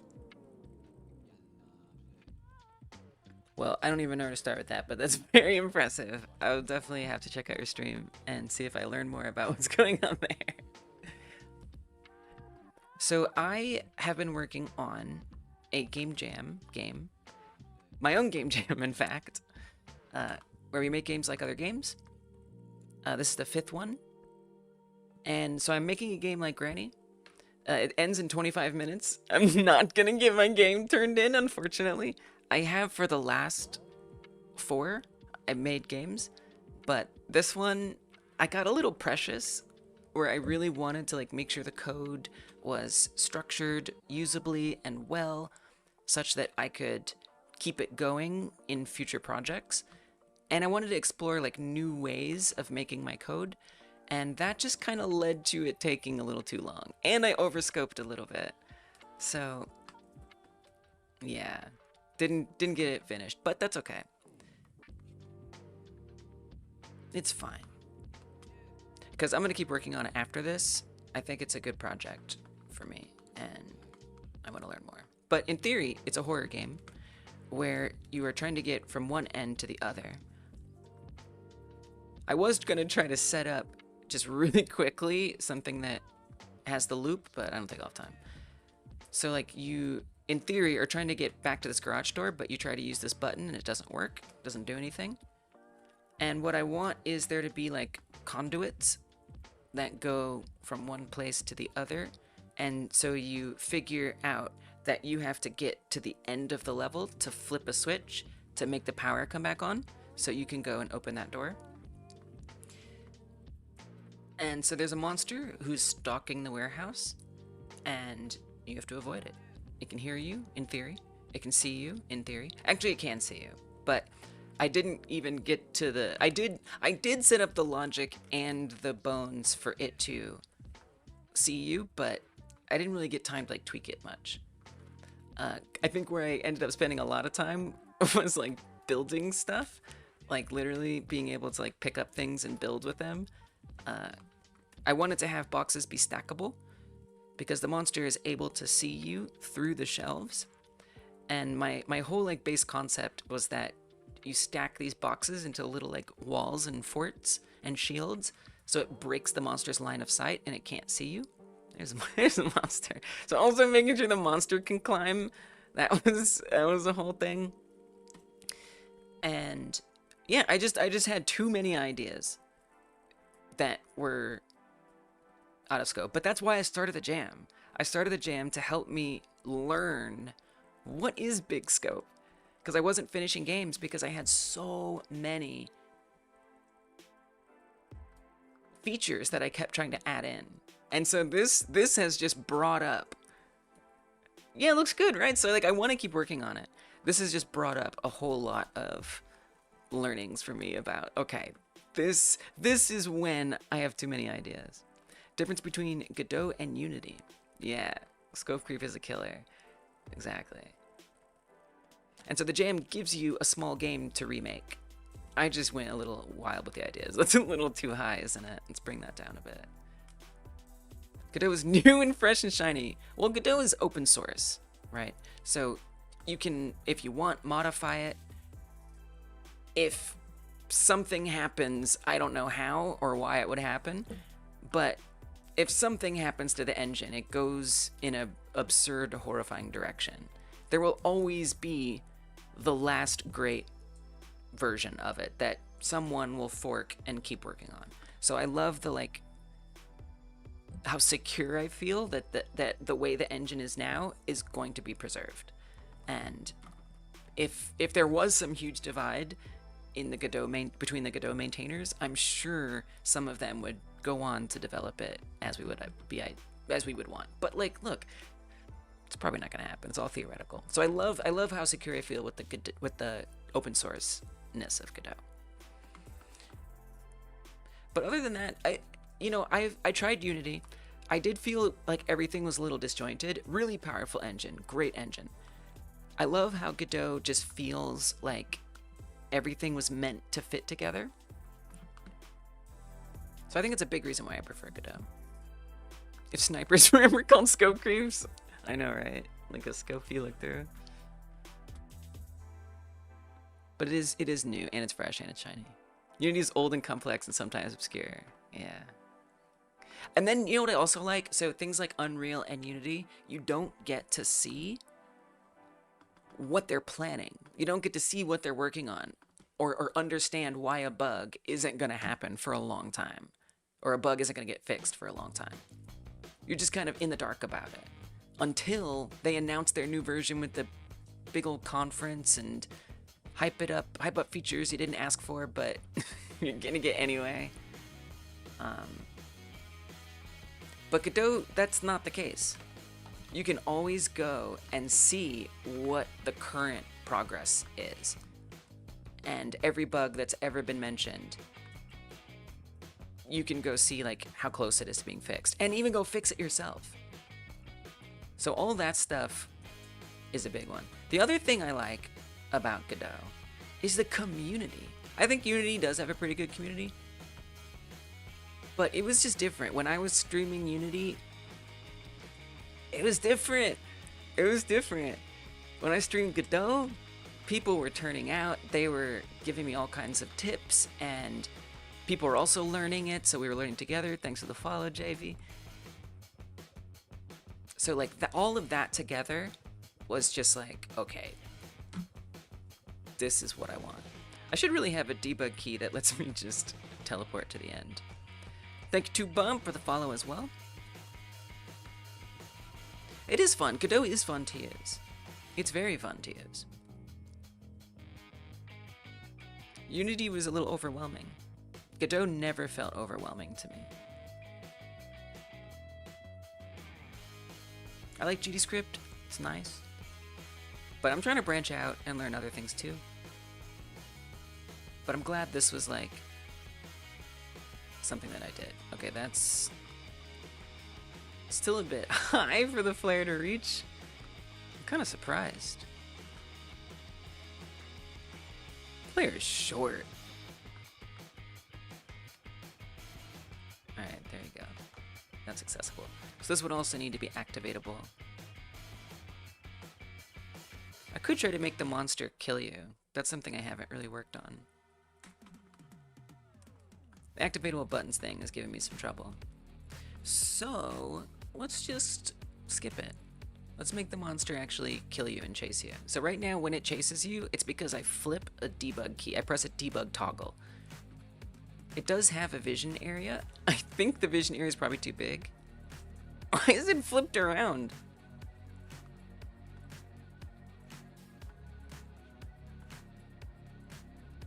Die of fear based on proximity? That's true. Yeah, I definitely wanted like a minimum distance. And if you're within that distance, then you just die. Okay, I just want to see if it is actually behind it. It is. It's totally behind it. Is that true in Blender as well? It is not. It got flipped around in Godot. I wonder if because the monster isn't facing the right way. And so I flipped the monster around in Godot. Well, in that case, I'll flip this around here. Well, you might as well just flip them both in Godot at that point. Probably is a good idea.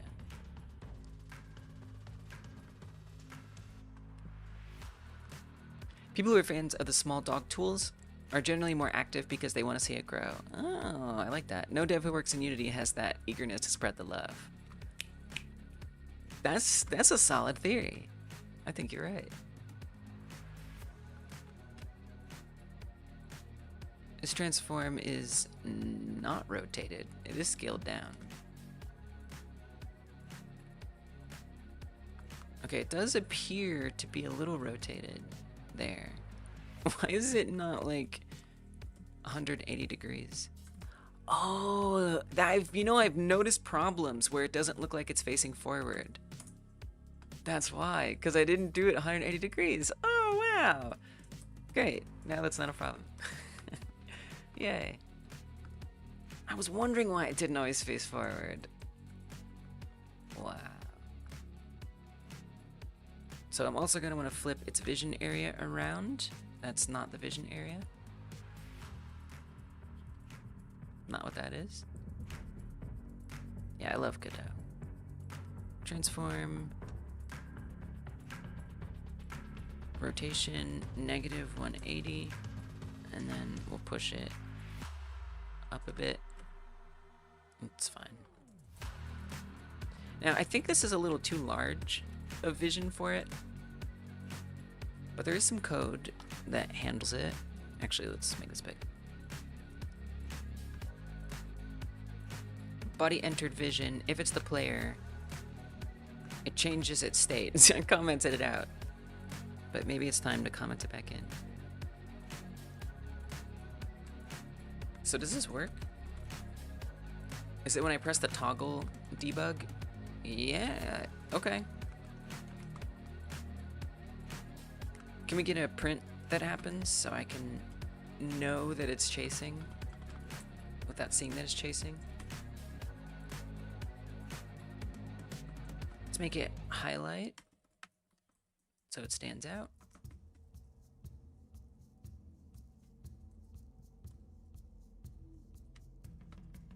Or it's already gonna say eder cap. Chasing the player. So what it doesn't have is like a timeout for when it gives up. That's okay. Okay, oh, we still have visual debug shapes. And then I'm gonna keep an eye on the output down here.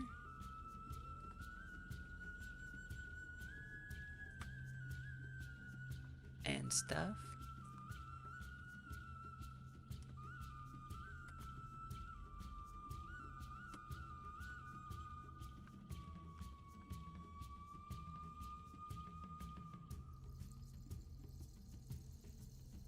Now this doesn't account for sound. Whoa, was that it? No, that's our other highlight.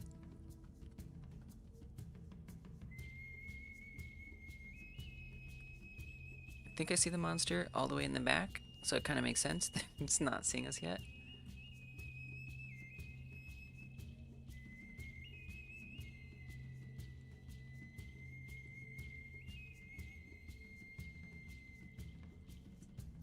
Okay, let's just go right in front of it. So I would like, there it goes, now it's chasing the player. I would like to think that the sound by that point would have set it off, like moving around.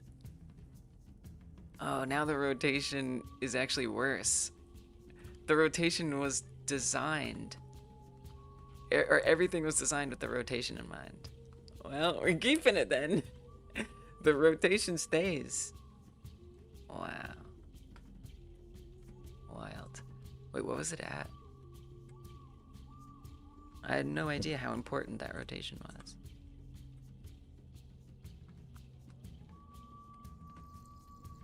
It was previously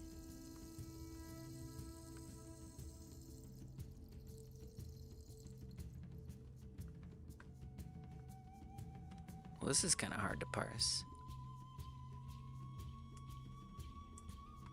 Can I get a negative 180? The answer is no. Oh, because it's doing like quaternion stuff. Okay, so that's not helpful. And you're not feeling the undo? Oh, you are. Look at that, it's just crooked all the time. I hate that.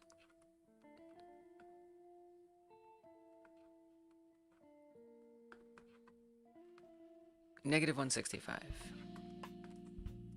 Well, I assume I also need to then make this negative 165.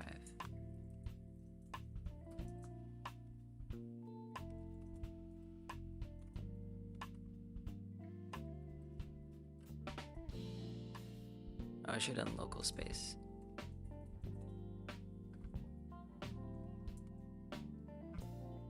What? That's up? Oh, wow.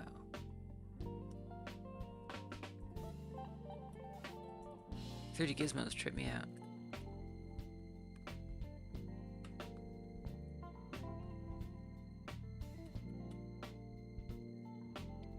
I'm kinda mad I gotta ship crooked rotation, but it's okay. 10 minutes We'll see if I can at least get it to kill us.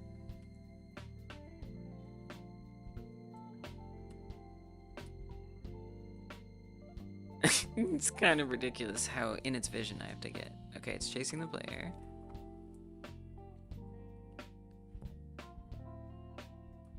Still, it's weird. It's like the chasing the player. It almost behaves a little differently. So I do think it's a bit slow. It's pretty easy to get away from. More easy than I particularly want it to be. Let's see what 3 feels like.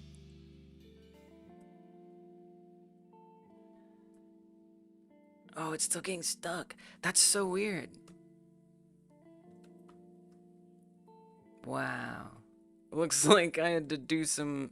It's weird because when I use the debug key to toggle it to chase, it's like it behaves differently. Here, let's turn that off again. I wonder if it's like a timing thing. This is not happening. It's not happening in 10 minutes, y'all. Not today. Okay, comment this out again. 10 minutes to finish the game. Jam, hyper focus on activated locking in. You are? I have separated myself from an expectation that it's gonna get done. Unfortunately. See, now it's doing it just fine. So it's like fundamentally different. When I use my debug toggle, I have to think that there's something else going on in the monster.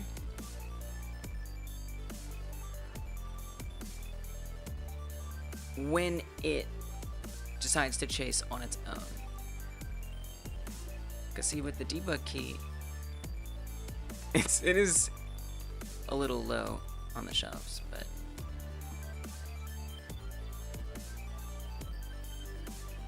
weird. Me, your goals are far too bloated for a game jam. I had too bloated an idea for this jam, 100%, undoubtedly.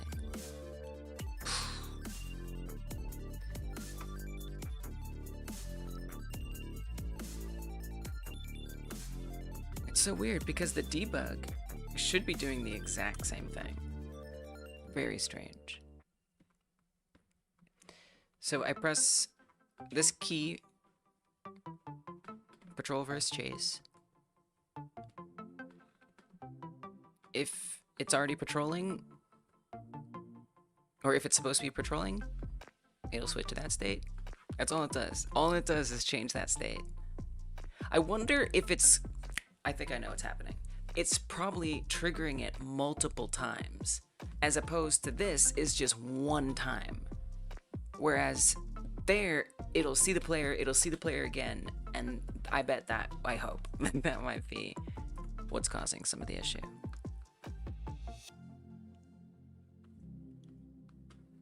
Okay. So we should just have like a similar toggle. I mean, you don't have to do a toggle. Here's what you do. You just say, if body is player, and target states, or we should say target state. I assume we have that. Yes, target state is not, or we could say it is.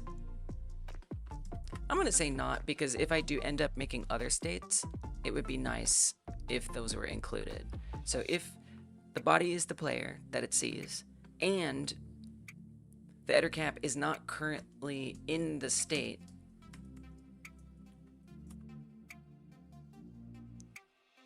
chase. Oh, we had chase sound and chase sight. Well, now in that case, okay. Either way, I wouldn't want it to. Okay, so actually, you know what? We'll do if the target state is, and if I need to deal with it, we'll fix it. If the target state is patrol, then it switches it. So if it's not patrol, it's not going to bother with that. I got really close. Just need the gameplay loop and the death scene at this point. Yeah. Yeah, you know, my ideas of like stacking the boxes and climbing the shelves and the boxes like making the player more hidden. Those were all the things that made it so I wasn't gonna finish it in time. But I just, you know, it's not the game. It's not the game without those things. It just isn't.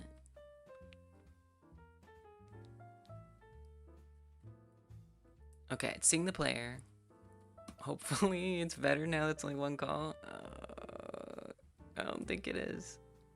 It is! Okay. You know, obviously we can do little tweaks and adjustments to make sure it's not clipping with the shelves. But that's the least of my concerns. Oh, good. Okay, that was totally it. Let's go. Alright, so now it chases you. The only problem is there's no way to get it to stop chasing you. There were going to be a couple of mechanisms for that. Number one, boxes, stacking them. Also, I guess if you get a little too far away and it stops hearing you and seeing you,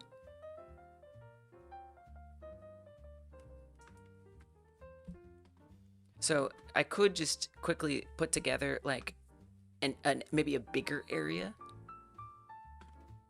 that it tries to see you in.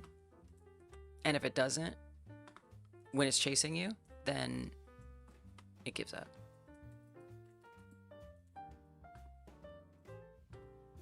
So that's vision area.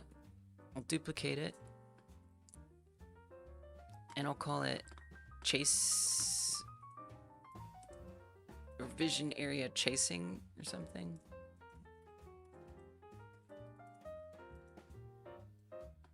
And then really just make it bigger. Whoa.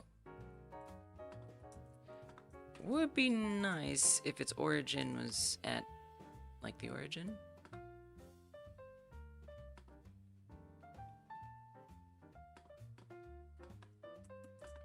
So that way it kind of stays in the same spot.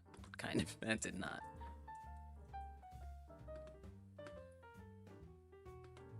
Okay, the origin's at the 30 cursor for real now. Right? Oh, because there's two of them. That was confusing. Okay. And then we just have to tell it. Maybe.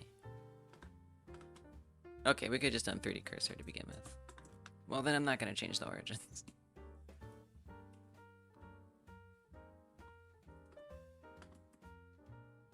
Maybe... It's kind of hard to tell. I need to see the smaller one.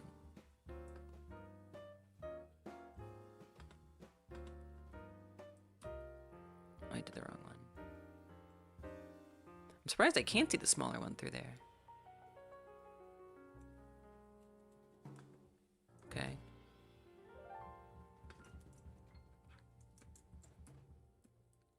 Almost like it's still scaling both, but it's definitely not. Oh, but look, you can't even see the monster through it. What kind of X-ray is that? Weird. Is it... I don't know. I'll just hide it. We could do a wireframe too. Wait, they're both... Okay, hold on a second. Edit. Make it bigger. Okay, there we go. Maybe like that? It's very big.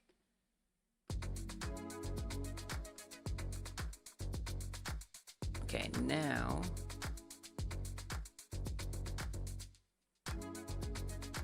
I want to import it so that it has collision that comes with it. Yo, there's no way. 1 minute left for y'all to get games in. If you're making or making a game for the Game Like Jam, y'all, and you better get it in. Time is nigh. I may seem chill, but it's because I have realized I'm not gonna finish it. But all of y'all who are joining,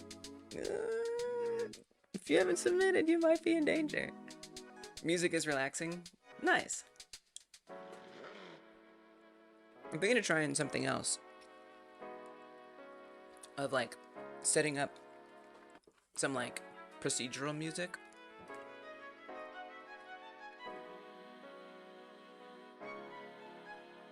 Yeah, I just went through the YouTube audio library and picked songs that I felt I could do game dev to. 20 seconds left! And then we'll have all of the submissions that we're gonna get for the Game Like Jam. It's visible. It's kind of funny. It's actually, it doesn't look so big from that view. 5, 4, 3, 2, 1. Jam is over. Jam is over, y'all. Congratulations to everybody who got a game in. Only 10. That is the least amount of entries we've had on any Game Like Jam.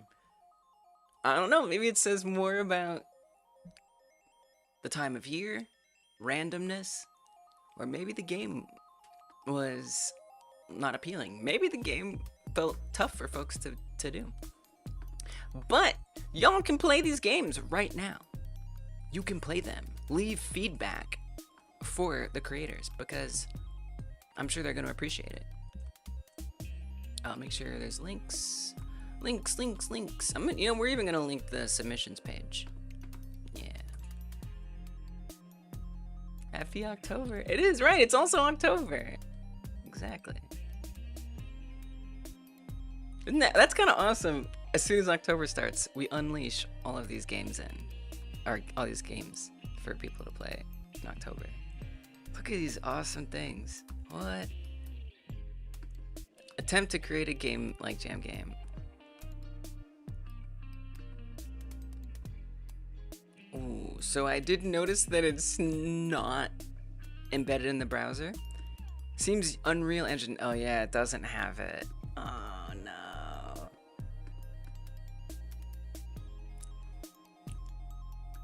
We'll circle back to that one. The Last Exit by Robat. It sounds appropriate. Now you get a Halloween release for your granny like. See, this is what you could do, right? If you were worried about the deadline, you could just get your foot in the door and just put something in there. Make it a draft. And then when you're ready, you can put it back. That's like a very legit strategy. Like the worst thing is nobody can rate your game. Janitor. Derek, this looks so good. Derek, this looks awesome. Yes. So we're gonna do a whole stream where we play through them. I'm gonna rate them over the next week. And I trust others will be rating as well each other's games, because y'all aren't the only ones. There's only 10 people who can vote on these games. Yeah, this looks cool. Oh, it's a loader. It's a loader. This is when everybody gets to find out what bugs there are.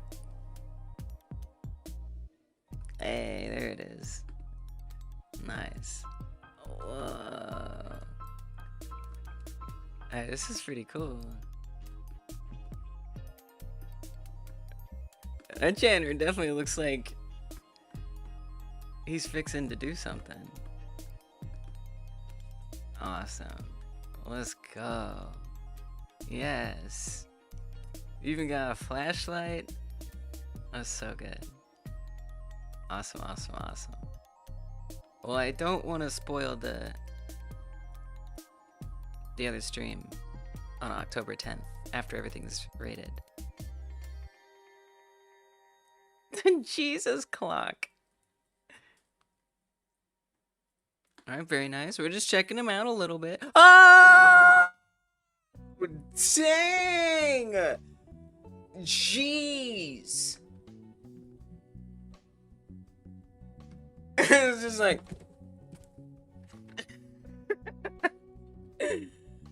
just like in my personal space. Awesome. Yeah, play and rate them all. It's the right thing to do. Then we had the House of House of the Eye by Chewbacca. Nice. Let's give them all a little peek. Just take a peek at what they're up to. What these games are up to. That got me. Look at that. There's some content in here. Yeah, I feel like as far as like literal size, not like necessarily scope, but actual technical size of the game, this is the biggest one that we've done. Yeah, congrats to the epic 10 devs. It's hard. I couldn't do it. I couldn't get it done in time. Like, respect. I'm putting serious respect on your names. You got some options. You got a whole vibe going on here. Very nice. Yeah, it's like incredibly impressive. Look at those textures. Oh, you got wake up, you got objectives, Chewbacca. Oh, this looks so good. Oh, look, it feels so good. What have you done? How have you created this? I'm basically just gonna go get caught by all the monsters. Ooh, on every plate, blood on every plate.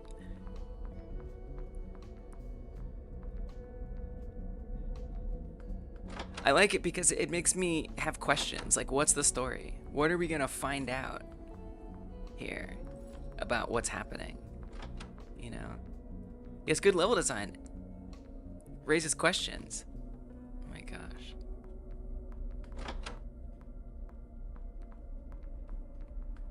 So far, the monster is being very generous. We got bear. Oh, jeez.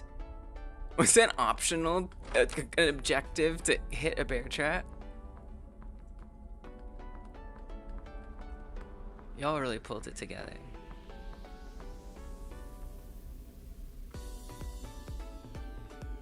Oh! Oh! No. Don't bonk me. Don't bonk me. No bonking. No bonking. Bonker, no bonking. Yeah. He said, forget your door. Incredible. Incredible.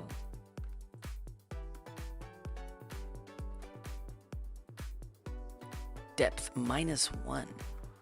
What does that mean? Rust on all of the spoons? Like, jeez. What happened here? Don't you want your spoons to be not rusty?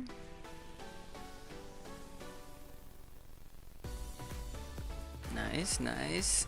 All open source. Love it. All open source softwares. Oh, godot texture loading. Hold control to crouch in the tight spaces. Whoa. Oh, I like that. Oh. You got some clever mechanics in here.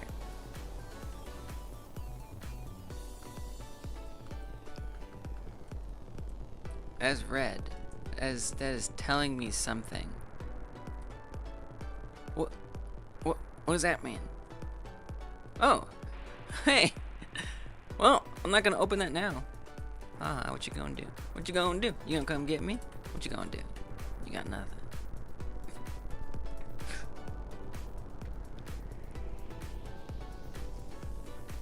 Wonderful. I'm safe. Whoa, we got nooks and crannies. Alright, so I'm sure there's more to it, but we've seen the monster. We're gonna call that checked out. October 10th, I'm gonna play through all of them very seriously, very deeply. I wonder if I'll beat any.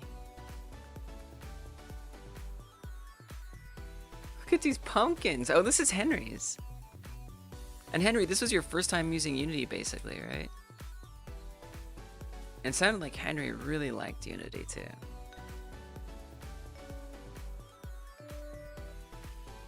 And you got modes? You out here with modes? Love the hype logo. Let's just do regular play so we can get caught. Oh, you got the game like jam logo. Perfect. Gives nice context. Perfect. Whoa. Henry, you got some ambience here.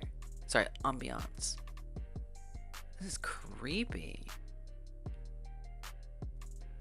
Y'all are doing so good with the environmental storytelling. Like, it's a dungeon. It's a dungeon where dungeony things happen.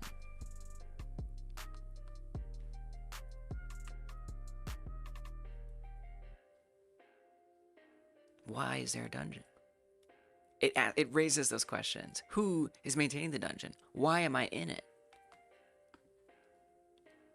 How do I get out? Key. Oh, you got the pick-upables. Y'all using the little mouse icon. I like it. Henry, you did such a good job. Okay, monster, come and get me.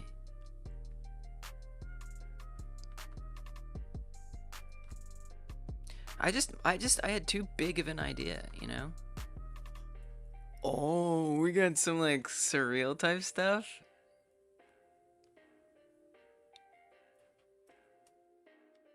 Oh, nice. It just like jumps you in there. What's that?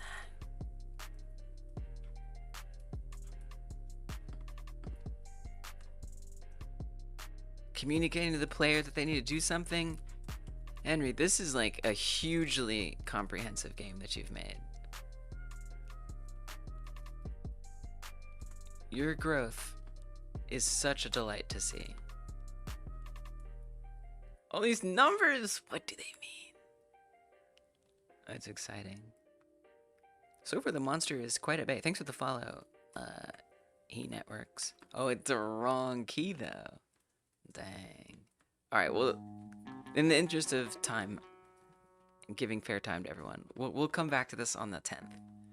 We'll give it some more love. Hey, let me go. Let me leave! There we go. Very nice work, Henry. Clockwork Attendant by Dormouse. Always loved Dormouse's games.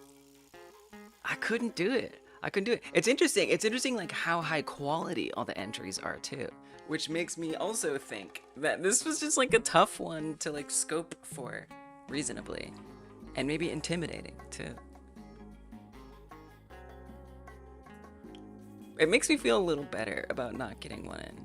Like, yeah. It was kind of hard. Look at this creepy loading screen. It was super hype. You do kind of have to have some kind of loading in Godot if you don't want those textures to skip.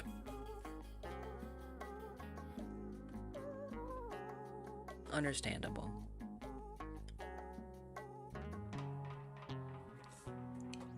Even in like desktop and builds and stuff.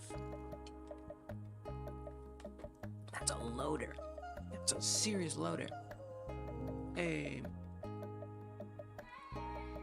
Little intro screen. Day one. It's so inappropriate playing these games with this music. We're just looking at it though.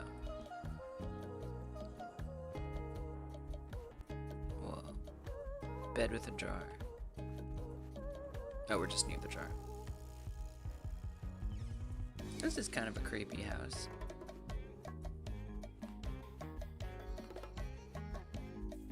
It reminds me of like the like Halo era of graphics.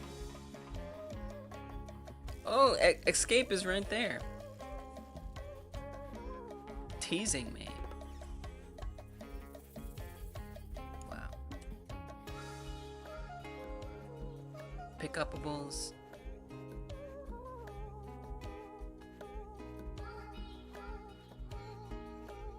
I'm surprised, and I like how a lot of y'all are really holding out on the monster, like building up that suspense. Oh! Oh no! Get away, little, I don't know, miner. You're a miner with an E. gold mining man. Check the fireplace out. Oh no! Oh gosh! Delightful. We shall play it more, all of these, fully. On October 10th.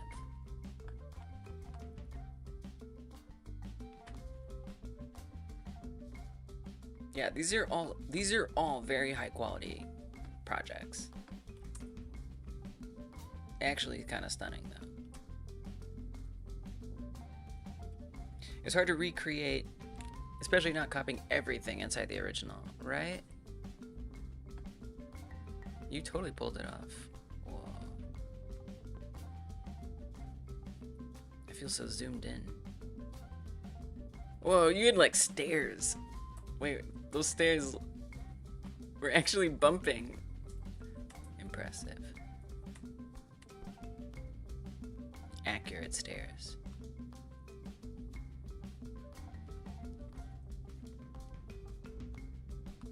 Being so zoomed in makes it actually kind of scary. I hit a creak on the floor.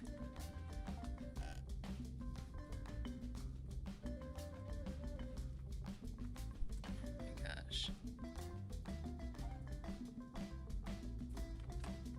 Loki, it feels disrespectful to be playing this music. I can't. Oh! I can't let it happen anymore. Oh! That's a creepy monster. The Stitcher. It stitches people together.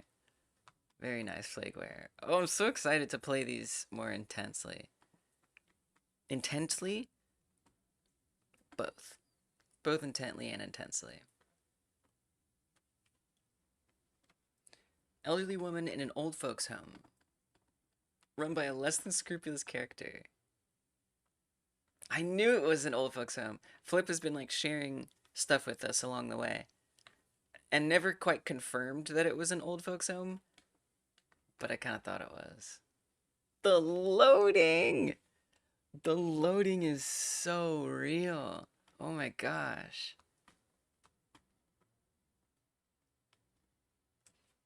That's kind of nice to have screenshots, so in the meantime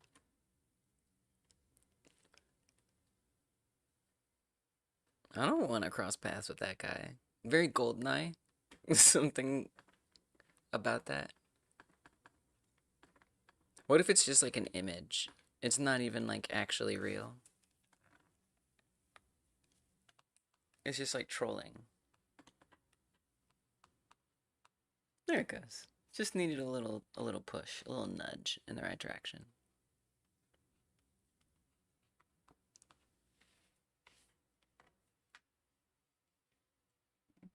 Somehow I just feel a lot better about not finishing mine. Like, because I'm so impressed with what she made. I couldn't have done it. I couldn't have made it this fast. Whoa. Nice effects. I love it. I love it.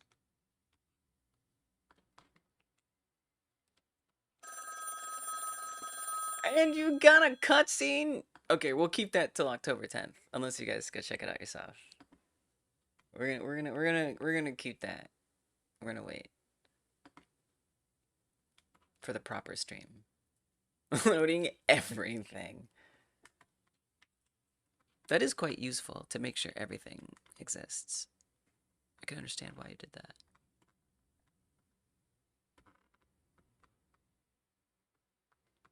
What is it loading now? Rotating the fabric of space-time. Nice. Yeah, be a little silly with it. Be a little silly with it. Why not? Okay. So similar to like little rooms everyone starts out in.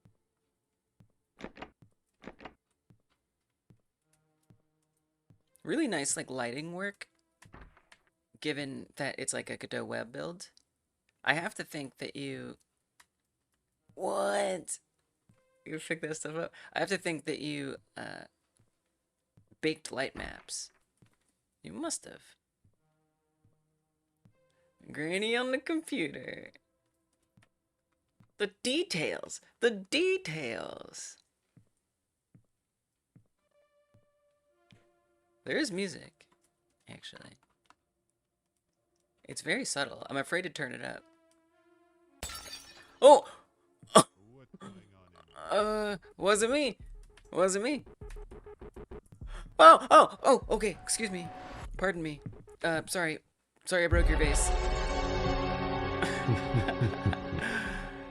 Take... Oh, it's too zoomed in. Take me to medicine? We'll have to find out October 10th. Okay, so we literally are now on the last one. We just looked at all of them. All of them. Quarantine Breakout. Point and click thriller. Oh, I'm seeing a unique twist contender because there's 3 categories. There is most like the original. Actually, let's just go to one of the last ones. There's most like the original and most creative twist on the original. And then also just like a runner-up that's calculated like based on almost got one of these spots. The one that got the closest to it. Already, if it's point and click, it sounds like it's fully creative twist. I mean, look, you might just take it, Eva. Oh gosh, I'll turn it down. You might just take it. Because all the rest of those were like granny-like. Delightful. I love this because it adds like personality from the game dev in there. Wow. Okay, let's go. Wait, but this is very good. Wow. I'll read it all more, I promise, on October 10th. I turned my volume down. Maybe I turned it too much. Oxygen? Oh, because we're in like a toxic situation. It's like Plague Inc., except you're in a place that's plagued. Huh. What did that say? I wouldn't do that because I tried to click on it. This is super cool. This is really good. It still captures like that tone.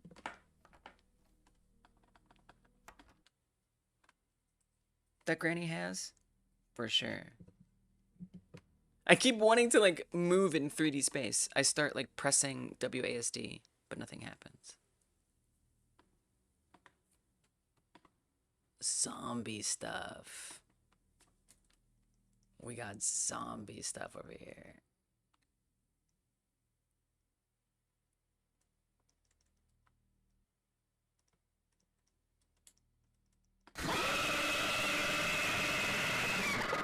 Wait, isn't that a One Piece character? Or no, it's not a One Piece character. It's a Miyazaki character.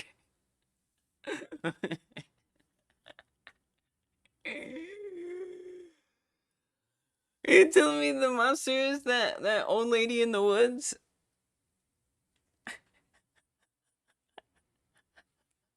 Yeah, it's a very cool idea. Yeah, assistive tools, they can help. Spirited Away is one of those. Thank you, Binge. Yeah, I feel like it was just like, they're like, this was like a time. This was like a tough time. For everybody somehow. Nice. Hey, I'm glad you like found a way to work with it. Okay. We don't want to spoil too much. Oh, right. I left it. That was the last one. That was the last one. Y'all, that is all of the Game Like Jam games. That's my green screen that I just accidentally revealed. Don't look at the green screen. It's not real. I'm really here in space. Okay? Don't. Are we gonna see zombie pokes it? Yeah, absolutely. Of course. It's like click everything. So I was like, I'm gonna click that zombie, obviously. But that's it. Those are the Granny Like Jam entries. That's all of them. Well, look, I definitely did not get mine done in time. I'm not gonna get it done in time. I mean, obviously it's too late. But I'm not even gonna worry about it. I'm gonna keep working on this. over the next at least month. We're still gonna do JavaScript stuff. Don't get me wrong. But I'm not even gonna worry about this because I want more for it. And that's okay. I'm okay with that. I think, look, I'm gonna go ahead and call it, y'all. I'm gonna go ahead and say, like, that's it. I missed the deadline. The deadline's up. Usually I'm out here for 12 hours or so, but y'all, I haven't been getting a lot of sleep. It's just been a month. It's been a month. But I'll be back. I'm thinking Friday, maybe. Usually I take the Friday off after the Game Like Jam, but we'll see. I might show up. If I do show up, I'll probably be working on that procedural generative music I was talking about. Something kind of light. Yeah, 12-hour streams, Rufio. That's my thing. Your game isn't there? Well, just let me know. So look, we can work it out. Message me, and we can figure it out. It honestly, Rufio, so it's not even. Yeah, just message me. We can work it out. We can get you in there. And that goes to anybody. We can get someone in late. It's just like I hyper-focus. I hyper-focus so much.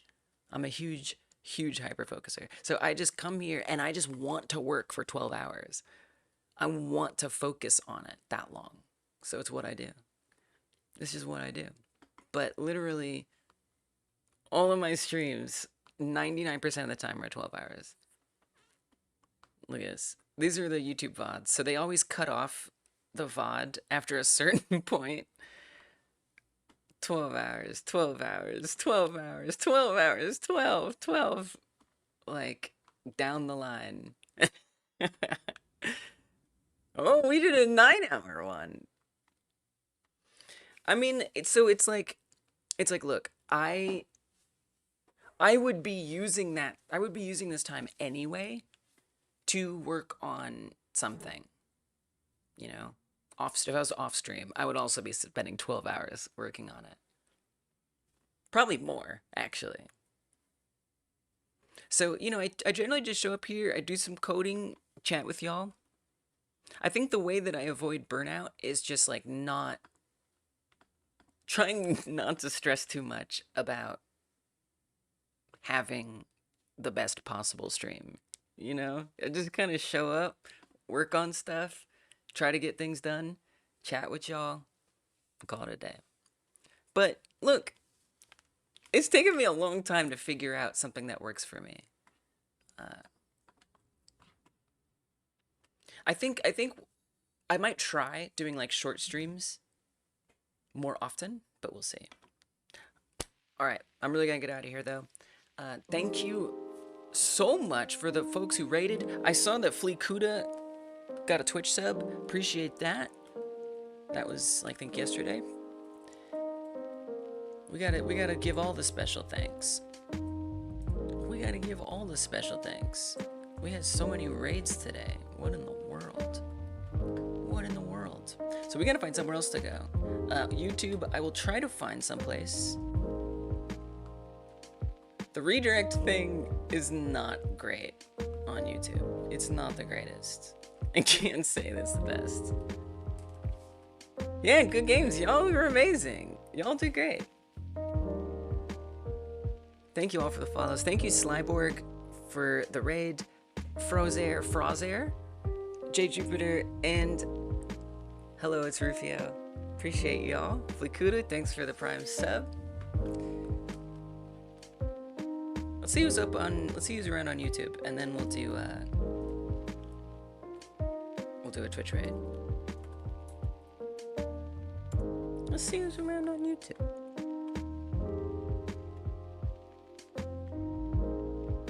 Anybody? Is this person a game dev? Synthwave Radio? I don't think I know of anyone who's streaming right now. So it's just the end of the line. But you can come over on Twitch and we can go watch some more game dev together. I'll try to be back on Friday. If not, Monday, Tuesday, Friday after that. We're doing collab dev, a lot of fun stuff. Alright, YouTube. Thank you all for supporting, liking the video. You liked it, right, YouTube? You hit that thumbs up, right? And I'll see you soon. Can't wait to play these games. Go play the games. Wait, y'all. Are you playing these games? Are you giving great feedback to everybody?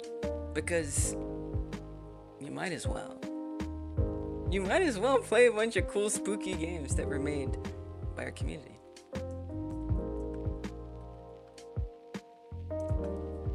Good night, YouTube.